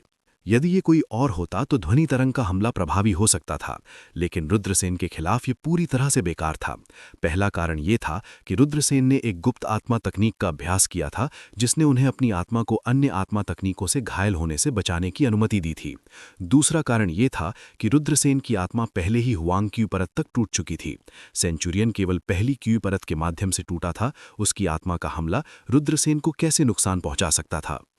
इसलिए रुद्रसेन पर जरा भी प्रभाव नहीं पड़ा। इसके अलावा रुद्रसेन ने पलक झपकते ही अपनी चाल चली और टाइगर ट्राइब सेंचुरियन के सामने ऐसे प्रकट हुए जैसे कि पृथ्वी सिकुड़ गई हो। उन्होंने सीधे अपने भक्षण मार्शल स्पिरिट को बुलाया और हवा में एक चुंबकीय क्षेत्र को संघनित किया और टाइगर जनजाति सेंचुरियन को घेर लिया। इन जानवरों की ताकत अतुलनीय थी, जो समान स्तर के मानव कृषकों से कहीं अधिक थी। ये जानवरों का जन्मजात लाभ था। हालांकि जानवरों के अपने नुकसान थे, और वो ये था कि उनके पास मार्शल स्पिरिट नहीं थी। केवल इंसानों में ही मार्शल स्पिरिट था। चाहे वो जानवर हों, राक्षसी जानवर हों, दैत्य हों या अन्य जातियां हों, उनमें से किसी में भी वॉर स्पिरिट नहीं थी। जब रुद्रसेन ने अपनी मार्शल स्पिरिट को बुलाया तो टाइगर सेंचुरियन का स्थान फंस गया। अच्छा नहीं, टाइगर सेंचुरियन की अभिव्यक्ति बदल गई। उनकी प्रतिक्रिया बेहद तेज थी। राव! सेंचुरियन दहाड़ने लगा और एक क्रूर बाघ में बदल गया। ये था जानवर परिवर्तन। हालांकि जानवरों के पास मार्शल स्पिरिट नहीं थी, लेकिन वे जानवरों में बदल सकते थे। एक बार जब वे जानवरों में बदल जाते हैं तो उनकी ताकत बहुत बढ़ जाती है। टाइगर कल के सेंचुरियन कमांडर के बदलने के बाद उसने तुरंत महसूस किया कि दबाव गायब हो गया है। वो क्रूर रूप से दहाड़ने लगा और खुद को रुद्रसेन पर फेंक दिया। वाह! वो वास्तव में एक बाघ में बदल गया। रुद्रसेन आश्चर्यचकित थे। फिर वे ठंडे स्वर में मुस्कुराए और बोले, चूंकि तुमने मेरा चुंबकीय क्षेत्र तोड़ दिया है, इसलिए तुम्हें जल्दी से चले जाना चाहिए था। आश्चर्यजनक बात तो ये है कि तुमने मुझ पर हमला करने की हिम्मत की। तुम सच में मरना चाहते हो। भूम! रुद्रसेन ने अपना दूसरा और तीसरा डिवोरिंग मार्शल स्पिरिट जारी किया। 3 स्थानिक चुंबकीय क्षेत्रों को आरोपित किया गया था। टाइगर जनजाति के सेंचुरियन ने अचानक महसूस किया कि एक अतुलनीय शक्तिशाली दबाव बढ़ रहा है और उस पर जबरदस्ती अत्याचार कर रहा है। टाइगर जनजाति सेंचुरियन की अभिव्यक्ति बदल गई। उन्होंने नहीं सोचा था कि रुद्रसेन पर और भी भयानक हमला होगा। उसके पीछे हटने में बहुत देर हो चुकी थी। रुद्रसेन ने ब्लैक ड्रैगन तलवार पकड़ी और सेंचुरियन टाइगर ट्राइब के टाइगर को मार निकाला। बैंग! तलवार टाइगर जनजाति के सीने में घुस गई। टाइगर जनजाति का बाघ दर्द से दहाड़ता हुआ जमीन पर गिर पड़ा। ये मर चुका था। मास्टर मर चुका है। मास्टर मर चुका है। जल्दी से भागो! जब अन्य जानवरों ने देखा कि रुद्रसेन ने सेंचुरियन टाइगर ट्राइब के सेंचुरियन को मार डाला है, तो वे डर के मारे चिल्लाने लगे। बीस्टमैन सेंचुरियन क्रूर और हिंसक थे, लेकिन इसका मतलब ये नहीं था कि वे मौत से नहीं डरते थे। बीस्टमैन सेंचुरियन भी मौत से डरते थे। वे व्यर्थ में नहीं मरेंगे। एक इंसान जो अपने सेंचुरियन टाइगर ट्राइब के सेंचुरियन को मार सकता है, वो किस तरह का मजबूत कृषक था। इसके बारे में सोचकर बीस्टमैन सेंचुरियन अब और लड़ना नहीं चाहते थे। वे बस जल्द से जल्द जाना चाहते थे। बीस्टमैन सेंचुरियन भाग रहे थे। भेड़िए भी बेतहाशा भाग रहे थे। भाई नील, हताहतों की संख्या कैसी है? रुद्रसेन ने गंभीर आवाज में कहा। उसने छात्रों की ओर देखा। उनमें से कई घायल हो गए थे, लेकिन उन्होंने खून से बपतिस्मा लिया था। उनकी आंखें दृढ़ निश्चय से भर गईं। हमारे 5 भाई मारे गए, 72 गंभीर रूप से घायल हुए और बाकी सबको हल्की चोटें लगीं। नील नागेश ने उदासी से कहा। समूह की कुछ छात्राएं रोने लगीं। उनके साथ आए छात्र बात कर रहे थे और हंस रहे थे, लेकिन अब वे बर्फ की तरह ठंडे शवों में बदल गए थे। रुद्रसेन ने गंभीर आवाज में कहा, ये युद्ध है। मृत्यु के बिना कोई युद्ध नहीं है। हमें मजबूत होना है और जीवित रहना है। हमें अपने लिए और अपने भाइयों के लिए जीवित रहना है जो मर गए। सबकी निगाहें दृढ़ और दृढ़ हो गईं। ये सही है, उन्हें जीवित रहना था। उन्हें जीवित रहना था। भाई नील, सभी को फॉलन मून सिटी में ले जाओ। मैं जाऊंगा और उस जानवर को वश में करने वाले को मार डालूंगा। रुद्रसेन ने गंभीर आवाज में कहा। नहीं, आप अकेले नहीं जा सकते। अपने साथ जाने के लिए सबसे मजबूत में से 20 को चुने। नील नागेश ने कहा। ये सही है, आपके लिए अकेले जाना बहुत खतरनाक है। जैस्मीन और लवली पसवान ने एक स्वर में कहा। चिंता मत करो, मुझे कुछ नहीं होगा। आपको सावधान रहना होगा। मैं आपसे बहुत जल्द फॉलन मून सिटी में मिलूंगा, रुद्रसेन ने कहा। जब रुद्रसेन ने बात समाप्त की तो वो एक चील की तरह हवा में कूद गया और हर किसी की दृष्टि के क्षेत्र से गायब हो गया। उसकी गति इतनी तेज थी कि कोई भी प्रतिक्रिया नहीं कर सकता था। रुद्रसेन पहले ही बिना किसी निशान के गायब हो चुके थे। कप्तान बहुत मजबूत है, निरानाम बुदबुदाया। चलो चलते हैं, कप्तान को हमारी चिंता नहीं करने दो, नील नागेश ने गंभीर आवाज में कहा। समूह फॉलन मून सिटी की ओर भागा। रुद्रसेन ने अपने सुनहरे पंख खोले और जल्दी से जानवरों को वश में करने वालों के समूह का पीछा किया। यदि ये साधारण जानवर होता तो रुद्रसेन उन्हें नजरअंदाज करके भाग सकते थे, लेकिन जानवरों को वश में करने वाले अलग थे। बीस्टमैन साम्राज्य में जानवरों को वश में करने वाले अत्यंत दुर्लभ थे और वे भयंकर जानवरों को नियंत्रित कर सकते थे। एक बार जब जानवरों को वश में करने वालों ने बड़ी संख्या में भयंकर जानवरों को इकट्ठा किया तो ये कल्पना की जा सकती है कि इससे वज्र देश को कितना नुकसान होगा। उस समय खून नदियों की तरह बहता और असंख्य निर्दोष लोग मर जाते। इसलिए यदि रुद्रसेन को पता था कि जानवरों को वश में करने वालों का पीछा करना बहुत खतरनाक है, तब भी वे नहीं हिचके। देश के उत्थान और पतन के लिए हर कोई जिम्मेदार था और देश खतरे में था। सरसराहट। रुद्रसेन रात के आसमान में पूरी गति से उड़ रहे थे और अंत में उन्होंने 100 से अधिक लोगों का एक समूह देखा। 300 से अधिक चांदी की आंखों वाले रक्त भेड़िए भी थे, जो रक्त लाल वस्त्र पहने एक किसान की रक्षा कर रहे थे। वे पूरी गति से उत्तर पश्चिम की ओर बढ़ रहे थे। मिल गया। रुद्रसेन की आंखें चमक उठीं। जानवरों की पहचान आसान थी। चांदी की आंखों वाले ब्लड वुल्फ किन की सवारी करने वाले रक्त लाल वस्त्र पहने मानव बीस्ट मास्टर था। बीस्टमान साम्राज्य के बीस्ट मास्टर्स का दर्जा बहुत ऊंचा था। वे शायद ही कभी सांसारिक युद्धों में भाग लेते थे, लेकिन धन के लालची जानवरों की कमी नहीं थी। उन्हें बीस्टमैन साम्राज्य के शाही परिवार द्वारा भर्ती किया गया था और स्वेच्छा से उनके अनुचर बन गए थे। उसके सामने खून से लथपथ जानवर उनमें से एक था। सनसनाहट। प्रकाश की एक चमक थी और रुद्रसेन के हाथ में ईश्वर विभाजन सूर्य धनुष प्रकट हुआ। ये वो खजाना था जो उसने दिव्यांश को मारने के बाद प्राप्त किया था। ये एक जादुई खजाना था।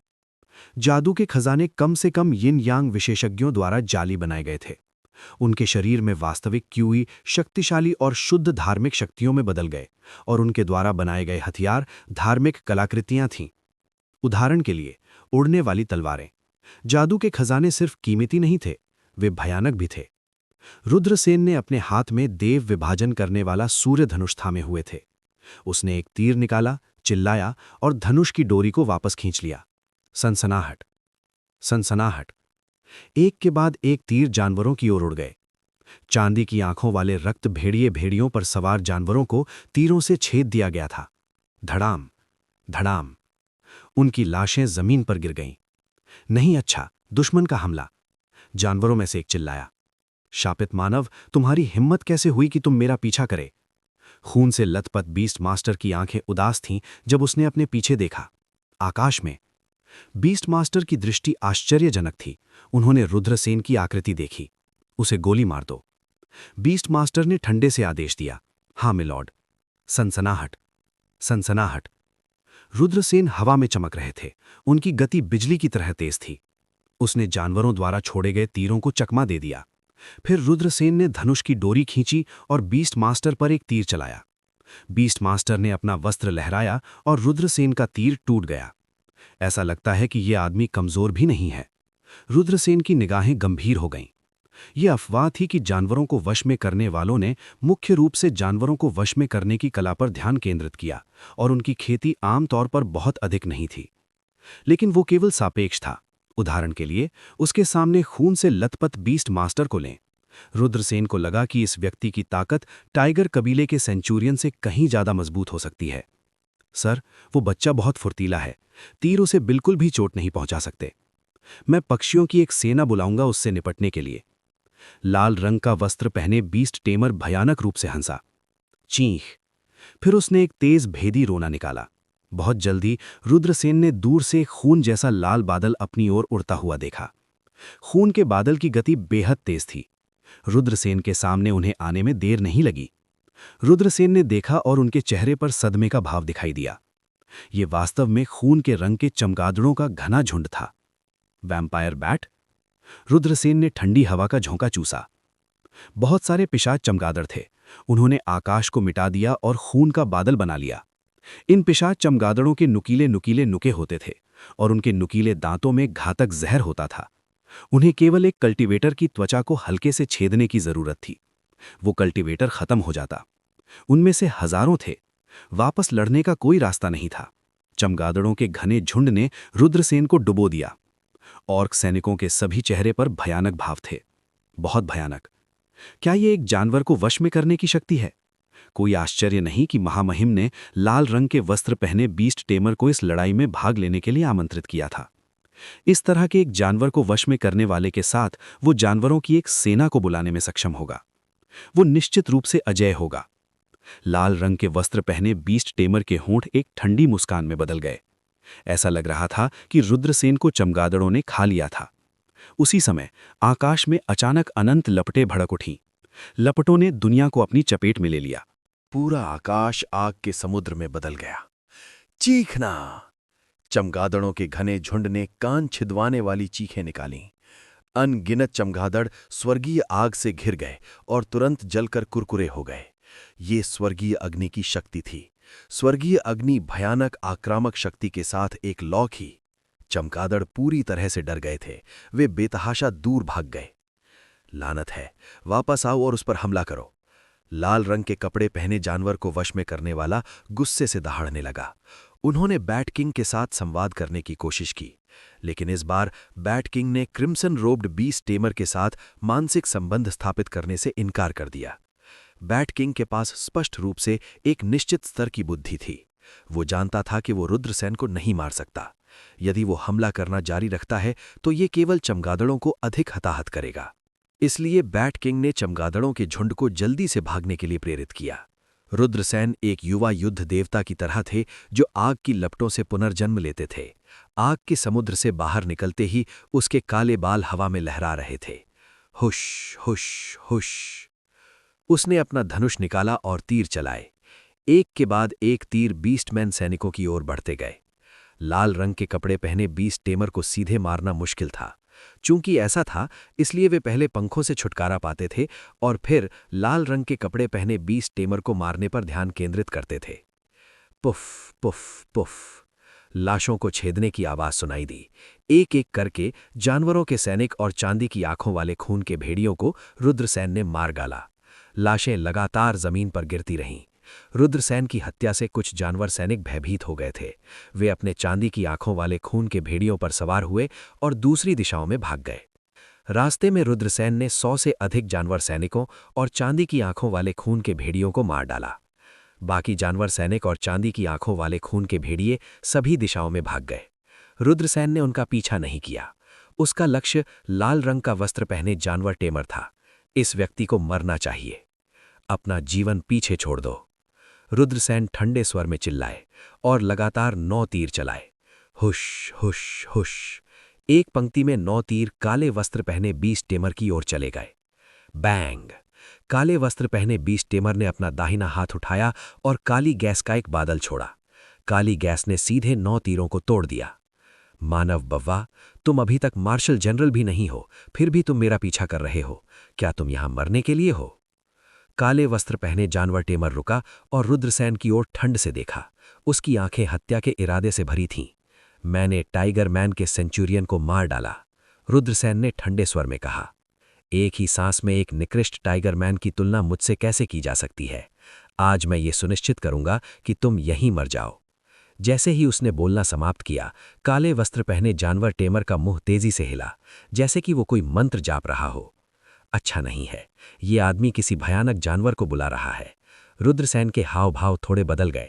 वो लाल रंग के कपड़े पहने बीस्ट टेमर को बुलाने का समय नहीं देना चाहता था, इसलिए वो जल्दी से काले वस्त्र पहने बीस्ट टेमर की ओर बढ़ गया। लेकिन उसी पल गड़गड़ाहट, जमीन अचानक फट गई। ये कौन है? पृथ्वी दैनव को बुलाने? टूटी हुई जमीन की गहराई से एक गहरी गर्जना आई। महान जानवर वश में करने वाला इस निकृष्ट मानव बच्चे को खत्म करने के लिए पृथ्वी दैनव की शक्ति उधार लेना चाहता है। काले वस्त्र पहने जानवर टेमर ने चिल्लाया। पृथ्वी दैनव आपकी सेवा करने के लिए तैयार है। गड़गड़ाहट, जमीन की दरार से एक बड़ा पंजा निकला और रुद्रसेन की ओर लपका। विशाल पंजे ने आकाश को ढक लिया और रुद्रसेन को पकड़ लिया। दैनव का विशाल शरीर था। रुद्रसेन को एक खतरनाक आभा महसूस हुई। वो जल्दी से हवा में चकमा खा गया। सोचता था कि वो दैनव के हमले से बचने में सक्षम होगा। किसने सोचा होगा कि ये विशाल पंजा रुद्रसेन को बुरी तरह से थप्पड़ मार देगा। एक जोरदार धमाके के साथ रुद्रसेन उड़कर दूर जा गिरे। प्लॉप। रुद्रसेन जमीन पर गिरे और रुकने से पहले दर्जनों बार लुढ़के। उन्हें ऐसा लगा जैसे उनके शरीर की सभी हड्डियां टूट गई हों। अभी अभी दैनव का हमला बहुत भयानक था। उसी समय दैनव दरार से बाहर रेंग कर आ गया। उस क्षण रुद्रसेन ने आखिरकार देखा कि ये किस तरह का दैनव है। ये 1000 मीटर लंबा, घुप अंधकार, सूजा हुआ और बदसूरत था। पृथ्वी दैनव। हैरानी की बात यह है कि ये इस तरह का दैनव था। पहाड़ों और समुद्रों के क्लासिक में पृथ्वी दैनवों के रिकॉर्ड थे। पृथ्वी दैनव भूमिगत जन्मे भयानक जीव थे। उनके पास पृथ्वी को नियंत्रित करने की शक्ति थी। इस तरह का दैनव अत्यंत भयानक था। इस पृथ्वी दैनव के पहाड़ जैसे शरीर को देखकर ही कोई बता सकता था कि इसके शरीर में कितनी शक्ति समाहित थी। रुद्रसेन जमीन से रेंगकर ऊपर उठे और गंभीर भाव से पृथ्वी दैनव की ओर देखा। पृथ्वी दैनव, उस घृणित इंसान को मारने में मेरी मदद करो।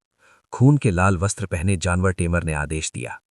महान जानवर वश में करने वाले, कृपया एक पल प्रतीक्षा करें। मैं जल्द ही आपके लिए इस मानव लड़के का सिर ले आऊंगा। पृथ्वी दैनव ने दहाड़ते हुए रुद्रसेन की ओर झपट पड़े। उसने अपना विशाल पंजा लहराया और रुद्रसेन पर बुरी तरह से थप्पड़ मारा। कुछ समय पहले रुद्रसेन ने पहले ही महसूस कर लिया था कि पृथ्वी दैनव का हमला कितना भयानक था। उसका पूरा शरीर अत्यधिक दर्द में था। वह स्वाभाविक रूप से जानता था कि उसके और पृथ्वी दानव के बीच ताकत का अंतर बहुत अधिक था। वे बिल्कुल भी एक ही स्तर पर नहीं थे। इसलिए रुद्रसेन ने अपने सुनहरे पंख फड़फड़ाए और जल्दी से हमलों को चकमा दे दिया। पृथ्वी दानव ने लगातार 1 दर्जन बार हमला किया, लेकिन रुद्रसेन ने उन सभी को सफलतापूर्वक चकमा दे दिया। ये पृथ्वी दानव बहुत मजबूत है। मुझे एक अवसर ढूंढना होगा और इससे निपटने के लिए ब्लैक ड्रैगन तलवार का उपयोग करना होगा। रुद्रसेन ने अपनी आंखें सिकोड़ लीं। वे मानवीय। अर्थ डेविल ने दहाड़ते हुए अपने विशाल पंजे लहराते हुए एक बार फिर रुद्रसेन की ओर थप्पड़ मारा। सन सन। रुद्रसेन जल्दी से शून्य में चकमा दे गए। पृथ्वी राक्षस के हमले को चकमा देने के बाद रुद्रसेन तेजी से पृथ्वी राक्षस की ओर दौड़े। वह अर्थ फींड के पक्ष में पहुंचा। रुद्रसेन ने ब्लैक ड्रैगन तलवार निकाली और सीधे पृथ्वी पिशाच की गर्दन की ओर वार किया। झन। ये ऐसा था जैसे यह हमला एक अटूट कवच को छेद दिया हो। पृथ्वी फींड की गर्दन पर कई तराशे दिखाई दिए, जिससे रुद्रसेन का हमला रुक गया। ये शापित विकृत। रुद्रसेन के हाव भाव अचानक बदल गए और वो जल्दी से चकमा दे गए, लेकिन इसी समय पृथ्वी दानव के विशाल पंजे फिर से आ गए। एक जोरदार धमाके के साथ रुद्रसेन को दूसरी बार अर्थ फींड द्वारा उड़ा दिया गया। वाह वाह। यहां तक कि रुद्रसेन के असामान्य रूप से मजबूत शरीर के साथ वह इस भयानक हमले का सामना नहीं कर सका। उसने खून का एक कौर थूक दिया। उसका चेहरा बहुत पीला पड़ गया। दहाड़। पृथ्वी राक्षस दहाड़ने लगा और फिर से रुद्रसेन की ओर बढ़ गया। रुद्रसेन जल्दी से उठे और जल्दी से अर्थ फींड के हमले को चकमा दे दिया। चींक। इस समय खून से लथपथ जानवर टेमर ने फिर से एक तेज कान छेदने वाला रोना निकाला। ऐसा लग रहा था कि वो नए जानवरों को बुला रहा है। बज बज बज। कुछ दूरी में एक आग का गोला उड़ गया। हवा में पंखों के फड़फड़ाने की आवाज आ रही थी। ये आग की लपटों में मधुमक्खियों का घना झुंड निकला। ये मधुमक्खियां आकार में बहुत बड़ी थीं। वे मुट्ठी जितनी बड़ी थीं और उनके कांटे अतुलनीय रूप से नुकीले थे। ये स्पाइक्स आसानी से किसी की भी रक्षा को छेद सकते और फिर प्रतिद्वंदी के शरीर में जहर इंजेक्ट कर सकते हैं। Inferno killer bee. जब रुद्रसेन ने इस प्रकार के इन्फर्नो किलर मधुमक्खियों को देखा तो उनके हाव भाव अचानक बदल गए। इस प्रकार के इन्फर्नो किलर मधुमक्खियां एक अत्यंत भयानक सामाजिक प्राणी था। ये वैम्पायर बैट झुंड से कहीं अधिक भयानक था, जिसे रुद्रसेन ने पहले देखा था। उनके नाम से ही कोई भी बता सकता है कि ये इन्फर्नो किलर मधुमक्खियां कितनी शक्तिशाली थीं। इन्फर्नो किलर मधुमक्खियों के जहरीले पंजों से लगभग कोई भी नहीं बच सका। खून से लथपथ ये जानवर टेमर वास्तव में एक राक्षस था। वह इन्फर्नो किलर मधुमक्खियों के झुंड को भी बुला सकता था। इन्फर्नो किलर मधुमक्खियों का घना झुंड रुद्रसेन की ओर दौड़ा। Purple earth core fire. Rudrasen ने गुर्राया। उसने शोरगीय अग्नि को बुलाया और इन भयानक नर्क किलर मधुमक्खियों को जला दिया। जब उन्होंने शोरगीय अग्नि को देखा तो इन्फर्नो किलर मधुमक्खियां जल्दी से पीछे हट गईं। वे सभी कांप उठीं। शोरगीय अग्नि के महान स्वामी, कृपया हमारी अज्ञानता को क्षमा करें। अचानक रुद्रसेन के दिमाग में एक याचना की आवाज सुनाई दी। एक वॉश बेसिन के आकार का इन्फर्नो किलर बी किंग उड़कर आया, जो रुद्रसेन को गिड़गिड़ाते हुए देख रहा था। ये किलर मधुमक्खियां शोरगीय अग्नि से डरती हैं? धाएं। इन्फर्नो किलर मधुमक्खियां फायर रेस की भयानक जानवर हैं और शोरगीय अग्नि अनगिनत फायर प्राणियों की नज़रों में एक पवित्र वस्तु है। शोरगीय अग्नि को परिष्कृत करने से इन फायर प्राणियों पर बहुत अधिक दबाव पड़ेगा, इसलिए ये किलर मधुमक्खियां मुझसे डरती हैं। ये सोचकर रुद्रसेन मुस्कुरा पड़ा। उसे उम्मीद नहीं थी कि खून से लथपथ जानवर टेमर खुद को पैर में गोली मार लेगा। खून से लथपथ जानवर टेमर चाहता था कि इन्फर्नो किलर मधुमक्खियां और अर्थ डेविल उसे मारने के लिए एक साथ काम करें, लेकिन उसने गलत अनुमान लगाया था। खून से लथपथ जानवर टेमर ने कभी नहीं अनुमान लगाया होगा कि रुद्रसेन की शोरगीय अग्नि इन्फर्नो किलर मधुमक्खियों का एकदम सही मुकाबला थी। मुझे पृथ्वी दानव से छुटकारा पाने में मेरी मदद करें, तब आप जा सकते हैं, रुद्रसेन ने कहा। मैं आपकी सेवा करने के लिए तैयार हूं, महान स्वामी। इन्फर्नो किलर बी किंग ने विनम्रतापूर्वक उत्तर दिया। इसके बाद इसने एक अजीब सी चीख छोड़ी और इन्फर्नो किलर मधुमक्खियों का घना झुंड पृथ्वी दानव की ओर दौड़ा। दहाड़। पृथ्वी दानव की दहाड़ ने आकाश को हिला दिया और उसने अपने विशाल पंजों को उस पर हमला करने वाले इन्फर्नो किलर मधुमक्खियों पर घुमाया। सत्यानाश! क्या हो रहा है? जब खून से लथपथ जानवर टेमर ने ये देखा तो उसका चेहरा गिर गया। वो इन्फर्नो किलर बी किंग के साथ संवाद करने वाला था, लेकिन उस समय रुद्रसेन पहले ही दौड़ पड़ा था। उसने अपनी ब्लैक ड्रैगन तलवार उठाई और खून से लबादे बीस टेमर पर वार किया। छोटे लड़के, तुम मौत को डेट कर रहे हो। खून से लथपथ जानवर टेमर का चेहरा गिर गया। उसने अपना वस्त्र लहराया और एक काला कोहरा रुद्रसेन की ओर लुढ़क गया। निगल! रुद्रसेन ने तुरंत अपनी भक्षण आत्मा का उपयोग किया और काले कोहरे को निगल लिया। वो जल्दी से खून से लथपथ जानवर टेमर के सामने पहुंचा और अपनी तलवार से जमकर मार गिराया। खून से लथपथ जानवर टेमर का चेहरा गिर गया। उन्होंने बहुत जल्दी प्रतिक्रिया व्यक्त की थी और जब उन्होंने देखा कि रुद्रसेन की तलवार उन्हें मारने वाली थी तो वो जल्दी से पीछे की ओर उड़ गए और रुद्रसेन की तलवार को चकमा दे दिया। हालांकि उसका सिल्वर आइड ब्लड वुल्फ किंग इतनी आसानी से चकमा देने में सक्षम नहीं था। ब्लैक ड्रैगन तलवार लोहे को ऐसे काट सकती थी जैसे वो कीचड़ हो। रुद्रसेन की तलवार से भेड़िए राजा का सिर कट गया तो खून के छींटे पड़ गए। चांदी की आंखों वाला भेड़िया राजा भयानक रूप से मजबूत था। रुद्रसेन के लिए इसे मारना इतना आसान नहीं होना चाहिए था। रुद्रसेन को यह आभास था कि खून से लाल रंग के कपड़े पहने 20 टेमर ने उसे धोखा दिया था। वो खून से लाल रंग के कपड़े पहने 20 टेमर का माउंट था। उसने रुद्रसेन के हमले को रोकने की कोशिश नहीं की थी, इसके बजाय उसने चकमा देने का फैसला किया था। उस समय रुद्रसेन ने अपने लक्ष्य को जानवर को वश में करने वाले से बदलकर सिल्वर आइड ब्लड वुल्फ किंग कर दिया। सिल्वर आइड ब्लड वुल्फ किंग को चकमा देने में बहुत देर हो चुकी थी, इसलिए सिल्वर आइड ब्लड वुल्फ किंग की मृत्यु दुखद थी। ये इतना मजबूत था, लेकिन रुद्रसेन ने इसका सिर काट दिया था। बब्बा, तुमने मेरे माउंट को मार डाला, मैं तुम्हें टुकड़े टुकड़े कर दूंगा। खून से लाल वस्त्र पहने जानवर को वश में करने वाले ने रुद्रसेन को घृणा की दृष्टि से देखा। उसके मुंह के कोने फिर से हिल गए। ऐसा लग रहा था कि वो और जानवरों को बुलाने जा रहा है। रुद्रसेन खून से लाल वस्त्र पहने जानवर को वश में करने वाले को अपना रास्ता नहीं बनने देना चाहते थे। वो दौड़ा और जानवर को वश में करने वाले पर अपनी तलवार काट दी। यदि रक्त लाल जानवर को वश में करने वाला क्रूर जानवरों को बुलाता रहा तो वो अंत में रुद्रसेन को मारने में सक्षम होगा। इसलिए रुद्रसेन को जानवर को वश में करने वाले के बुलाने में बाधा डालनी पड़ी। खून से लाल कपड़े पहने जानवर ने रुद्रसेन के हमले को देखकर गुस्से में आ गया। वो अपने जानवर को बुलाने ही वाला था, लेकिन रुद्रसेन ने उसे रोक दिया था।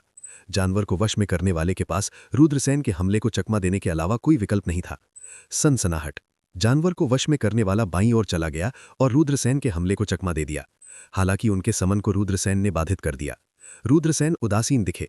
उसने ब्लैक ड्रैगन तलवार पकड़ ली और फिर से हमला कर दिया। बब्बा, मैं तुम्हें बिना जानवरों को बुलाए भी मार सकता हूं। लाल रंग के वस्त्र पहने जानवर को वश में करने वाले ने उदास भाव से कहा। प्रकाश की एक चमक के साथ जानवर को वश में करने वाले के हाथ में एक रक्त लाल भाला दिखाई दिया। उसके हाथ में खून से लाल भाला था और वो रुद्रसेन की ओर बढ़ रहा था। झन्ना नाना! दोनों लोगों के हथियार हिंसक रूप से टकराए। एक झटके में रुद्रसेन को अपनी ब्लैक ड्रैगन तलवार के माध्यम से बह रही एक भयानक शक्ति और हिंसक रूप से अपने शरीर को हिलाते हुए महसूस हुआ। Thump thump thump! उस हमले से रुद्रसेन पीछे हट गए थे। 2 ड्रैगन्स की शक्ति! रुद्रसेन चौंक गए। निश्चित रूप से ये खून से लबादा जानवर टेमर टाइगर मैन सेंचुरियन से बहुत मजबूत था। बब्बा, क्या आप जानते हैं कि मैं कितना मजबूत हूं? भले ही जानवरों को वश में करने वाले लड़ने में अच्छे नहीं हैं, फिर भी मैं आपसे निपट सकता हूं। रुद्रसेन को पीछे धकेलने के बाद जानवर को वश में करने वाले का आत्मविश्वास बढ़ गया था। वो बुरी तरह से हंसा और रुद्रसेन पर हमला किया। उसने अपना भाला रुद्रसेन पर फेंक दिया। रुद्रसेन ने अपनी तलवार उठाई और हमले को रोका। किसने सोचा होगा कि जानवर को वश में करने वाले का पहला हमला केवल एक दिखावा था। उसने जल्दी से दिशा बदली और दोनों हाथों से अपना भाला उठाया और रुद्रसेन पर फेंक दिया। ये पलक झपकने में हो गया। वो बिजली की तरह तेज था। रुद्रसेन के हाव भाव थोड़े बदल गए। उसने जल्दी से अपनी तलवार उठाई और हमले को रोकने की कोशिश की। एक जोरदार गड़गड़ाहट हुई। रुद्रसेन को उड़ा दिया गया। एक शक्तिशाली शक्ति उसके शरीर में उमड़ पड़ी। रुद्रसेन को लगा जैसे उनका शरीर फटने वाला है। उसे खांसी में खून निकल रहा था। रुद्रसेन घायल हो गए। मार्शल आत्मा निगलना निगलना! रुद्रसेन ने तुरंत अपनी मार्शल आत्मा को सक्रिय किया और उसके शरीर में उमड़ रही भयानक शक्ति को निगल लिया। मरो बब्बा! खून से लाल वस्त्र पहने जानवर ने अपना भाला उठाया और उसे रुद्रसेन की ओर फेंक दिया। सरसराहट! रुद्रसेन ने अपने सुनहरे पंख फड़फड़ाए और हवा में उड़ गए। उसने जानवर को वश में करने वाले के हमले को चकमा दे दिया। जानवर को वश में करने वाले ने अपना भाला उठाया। वो रुद्रसेन की छाती को छेदकर रुद्रसेन को हवा में ही मारना चाहता था। रुद्रसेन ने जानवर को वश में करने वाले के हमले को रोकने के लिए अपनी ब्लैक ड्रैगन तलवार घुमाई। मार्शल आत्मा ट्रिपल स्थानिक चुंबकीय क्षेत्र! शक्तिशाली जानवर को वश में करने वाले का सामना करते हुए रुद्रसेन पीछे नहीं हटे। उन्होंने अपनी सभी तकनीकों का उपयोग किया।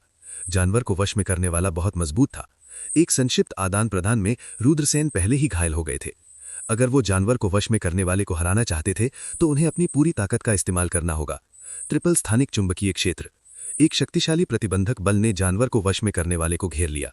जानवर को वश में करने वाले ने तुरंत महसूस किया कि उसकी हरकतें बहुत प्रतिबंधित हैं। वो 1 इंच भी नहीं हिल सकता। जानवर को वश में करने वाले की अभिव्यक्ति बदल गई।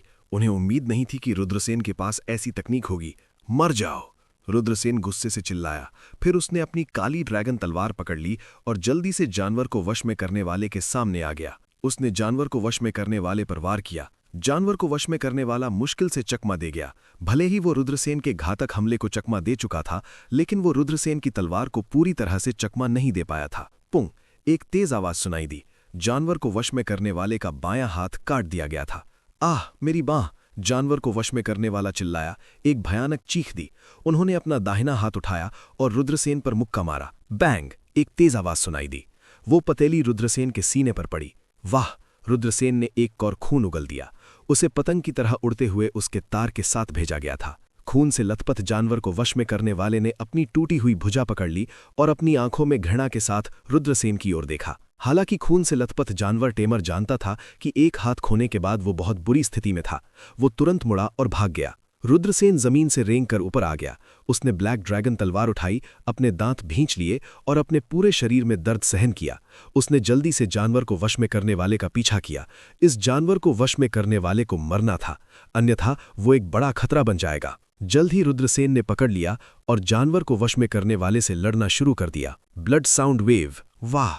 जब जानवर को वश में करने वाला रुद्रसेन से लड़ रहा था, उसने अचानक अपना मुंह खोला और एक भयानक दहाड़ निकाली।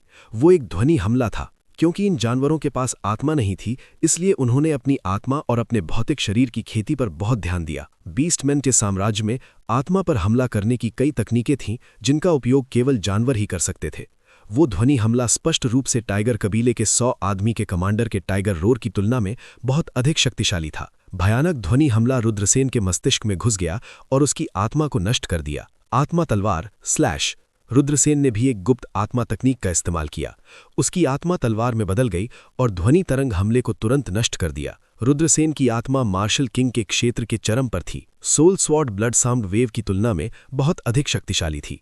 इसलिए रुद्रसेन के लिए जानवर को वश में करने वाले के ब्लड साउंड हमले को नष्ट करना मुश्किल नहीं था। इसके बाद आत्मा तलवार बाहर निकल आई और खून से लथपथ जानवर को वश में करने वाले के दिमाग में प्रवेश कर गई, जिसका लक्ष्य उसकी आत्मा को था। आह, मेरा सिर! जानवर दर्द से दहाड़ने लगा। उसने अपना हथियार जमीन पर फेंक दिया और एक हाथ से अपना सिर फोड़ दिया। मर जाओ! रुद्रसेन जोर से चिल्लाया। उसने अपनी तलवार जानवर की छाती की ओर धकेल दी। पुची! ब्लैक ड्रैगन तलवार ने जानवर की छाती को छेद दिया। एक महान जानवर को वश में करने वाला एक मानव बव्वा के हाथों मर रहा है, ये कैसे हो सकता है? जानवर ने बुदबुदाया। उसे अपनी आंखों पर विश्वास नहीं हो रहा था। अगले ही पल उसका शरीर फूलने लगा। रुद्रसेन की अभिव्यक्ति बदल गई। जानवर आत्मविस्फोटक करने वाला था। मरने से पहले वो रुद्रसेन को अपने साथ नीचे खींचना चाहता था। रुद्रसेन ने हिचकिचाने की हिम्मत नहीं की। वो जल्दी से उड़ गया। 1 दर्जन मीटर उड़ने के बाद एक जोरदार धमाके की आवाज आई। जानवर के शरीर में विस्फोट हो गया। एक भयानक ऊर्जा तरंग ने रुद्रसेन को मारा और उन्हें दर्जनों मीटर दूर उड़ने के लिए भेज दिया। रुद्रसेन जमीन पर जोर से गिरे और हिलडुल नहीं पा रहे थे। ये अज्ञात था कि वो मर गया था या जिंदा था। ओह! रुद्रसेन जोर से हाँफने लगे। वो बहुत थका हुआ महसूस कर रहे थे, जैसे उनके शरीर में कोई ताकत नहीं बची हो। खून से लथपथ बीस्ट टेमर के साथ भीषण लड़ाई से रुद्रसेन गंभीर रूप से घायल हो गए थे। ये लड़ाई बेहद खतरनाक थी। हालांकि रुद्रसेन ने अंत में खून से लथपथ बीस्ट टेमर को मार डाला, लेकिन प्रक्रिया बेहद थ्रिलिंग थी। या तो तुम मरो या मैं मर जाऊं। सौभाग्य से रुद्रसेन वो थे जो अंत में बच गए। मुझे यहाँ अधिक समय तक नहीं रहना चाहिए। मुझे जल्दी से जाकर आराम करने के लिए जगह ढूंढनी चाहिए। रुद्रसेन मुश्किल से उठा। उसने अपने सुनहरे पंख फड़फड़ाए और एक सुनहरे बिजली के बोल्ट में बदल गया। जल्दी से दूर उड़ गया। अंततः रुद्रसेन और नहीं टिक सका। वो एक झील के सामने रुक गया और आराम करने के लिए एक पेड़ के सहारे झुक गया। कुछ देर बाद रुद्रसेन ने अपनी आंखें बंद कर लीं और सो गया। वो वास्तव में बहुत थका हुआ था। श्लप! अज्ञात समय के बाद रुद्रसेन को अचानक पानी बहने की आवाज सुनाई दी। उसने अपनी आंखें खोलीं। रुद्रसेन ने देखा कि खून से लथपथ एक खूबसूरत महिला अपने शरीर पर खून के थक्के साफ कर रही है। ये खूबसूरत महिला लंबी और कामुक थी। उसकी त्वचा बर्फ सफेद थी और उसकी कमर पतली और मोटे नितंब थे। रुद्रसेन उसके चेहरे के केवल कुछ हिस्से को ही देख सकते थे, लेकिन ये भी एकदम परफेक्ट था। वो एक बेहद खूबसूरत महिला होनी चाहिए, लेकिन स्पष्ट रूप से ये महिला कोई साधारण व्यक्ति नहीं थी। उसने अपने हाथ में खून से सनी छोटी तलवार पकड़ी हुई थी। ये अज्ञात नहीं था कि उसने कितने लोगों को मार गिराया था, लेकिन छोटी तलवार का खून खून से भरा हुआ था। उसने खंजर को पानी में डाला और तुरंत छोटी तलवार के चारों ओर झील का पानी लाल रंग में रंग गया। खूबसूरत महिला ने ध्यान से खंजर को साफ किया। ये स्पष्ट था कि वो अपने खजाने से इतना प्यार करती थीं कि वो इसे छोड़ना सहन नहीं कर सकती थीं। खंजर साफ करने के बाद सुंदर महिला ने उसे दूर रख दिया। फिर उसने अपने शरीर पर खून के थक्के साफ करने शुरू कर दिए, शायद इसलिए क्योंकि उसके शरीर पर बहुत अधिक खून था। खूबसूरत महिला ने थोड़ा भौं सिकोड़ी और उसने एक एक करके कपड़े उतारे। सुंदर महिला के पीछे रुद्रसेन थे। उन्होंने इस दृश्य को अपनी मुख से देखा। जैसे ही कपड़े गिरे, रुद्रसेन को सुंदर महिला का आदर्श शरीर दिखाई दिया। उसके लंबे और पतले पैर, उसकी पतली कमर और उसका परफेक्ट सुनहरा अनुपात किसी भी आदमी के खून को उबाल देते अगर वे उसे देखते। जल्द ही खूबसूरत महिला केवल अपने अंडरवेयर के साथ बची थी। उसके युक्त जैसे हाथ उसके अंडरवेयर की बेल्ट तक पहुंचे, स्पष्ट रूप से उन्हें बेपरवाह करना चाहते थे। क्या तुम गंभीर हो? क्या मुझे उन सभी को उतारना होगा? रुद्रसेन को लगा कि ये बहुत रोमांचक था। इस खूबसूरत महिला का फिगर बिल्कुल हद तक परफेक्ट था, स्पष्ट रूप से क्योंकि उसके शरीर पर बहुत अधिक खून लगा हुआ था। वो यहाँ एक अच्छा स्नान करना चाहती थीं, जिससे रुद्रसेन अपनी आंखों को दावत दे सके। ओह! जैसे ही सुंदर महिला आगे बढ़ी, रुद्रसेन की सांसें तेज हो गईं। कौन? अचानक सुंदर महिला ने एक ठंडी आवाज निकाली। ऐसा लग रहा था कि उसने आसपास के वातावरण में हलचल का एक चिन्ह महसूस किया। खूबसूरत महिला ने जल्दी से अपने कपड़े पहन लिए। उसने रुद्रसेन की ओर ठंडी लहजे से देखा। रुद्रसेन चौंक गए। इस खूबसूरत महिला की धारणा बहुत मजबूत थी। स्पष्ट रूप से उसकी ताकत बेहद अत्याचारी थी। यहां तक कि रुद्रसेन की थोड़ी गर्म सांस भी खूबसूरत महिला की नजर से बच नहीं पाई। जब सुंदर महिला ने उसके पीछे देखा तो रुद्रसेन के पास चकमा देने का समय नहीं था। उनकी आंखें मिलीं। रुद्रसेन दंग रह गए। अगर आपको ये कहानी पसंद आई हो तो लाइक, शेयर और सब्सक्राइब जरूर करें मेरे channel Mukul the story teller को। और नीचे कमेंट करके बताइए कि आपको अगली कहानी किस विषय पर चाहिए। मिलते हैं अगली कहानी में। धन्यवाद।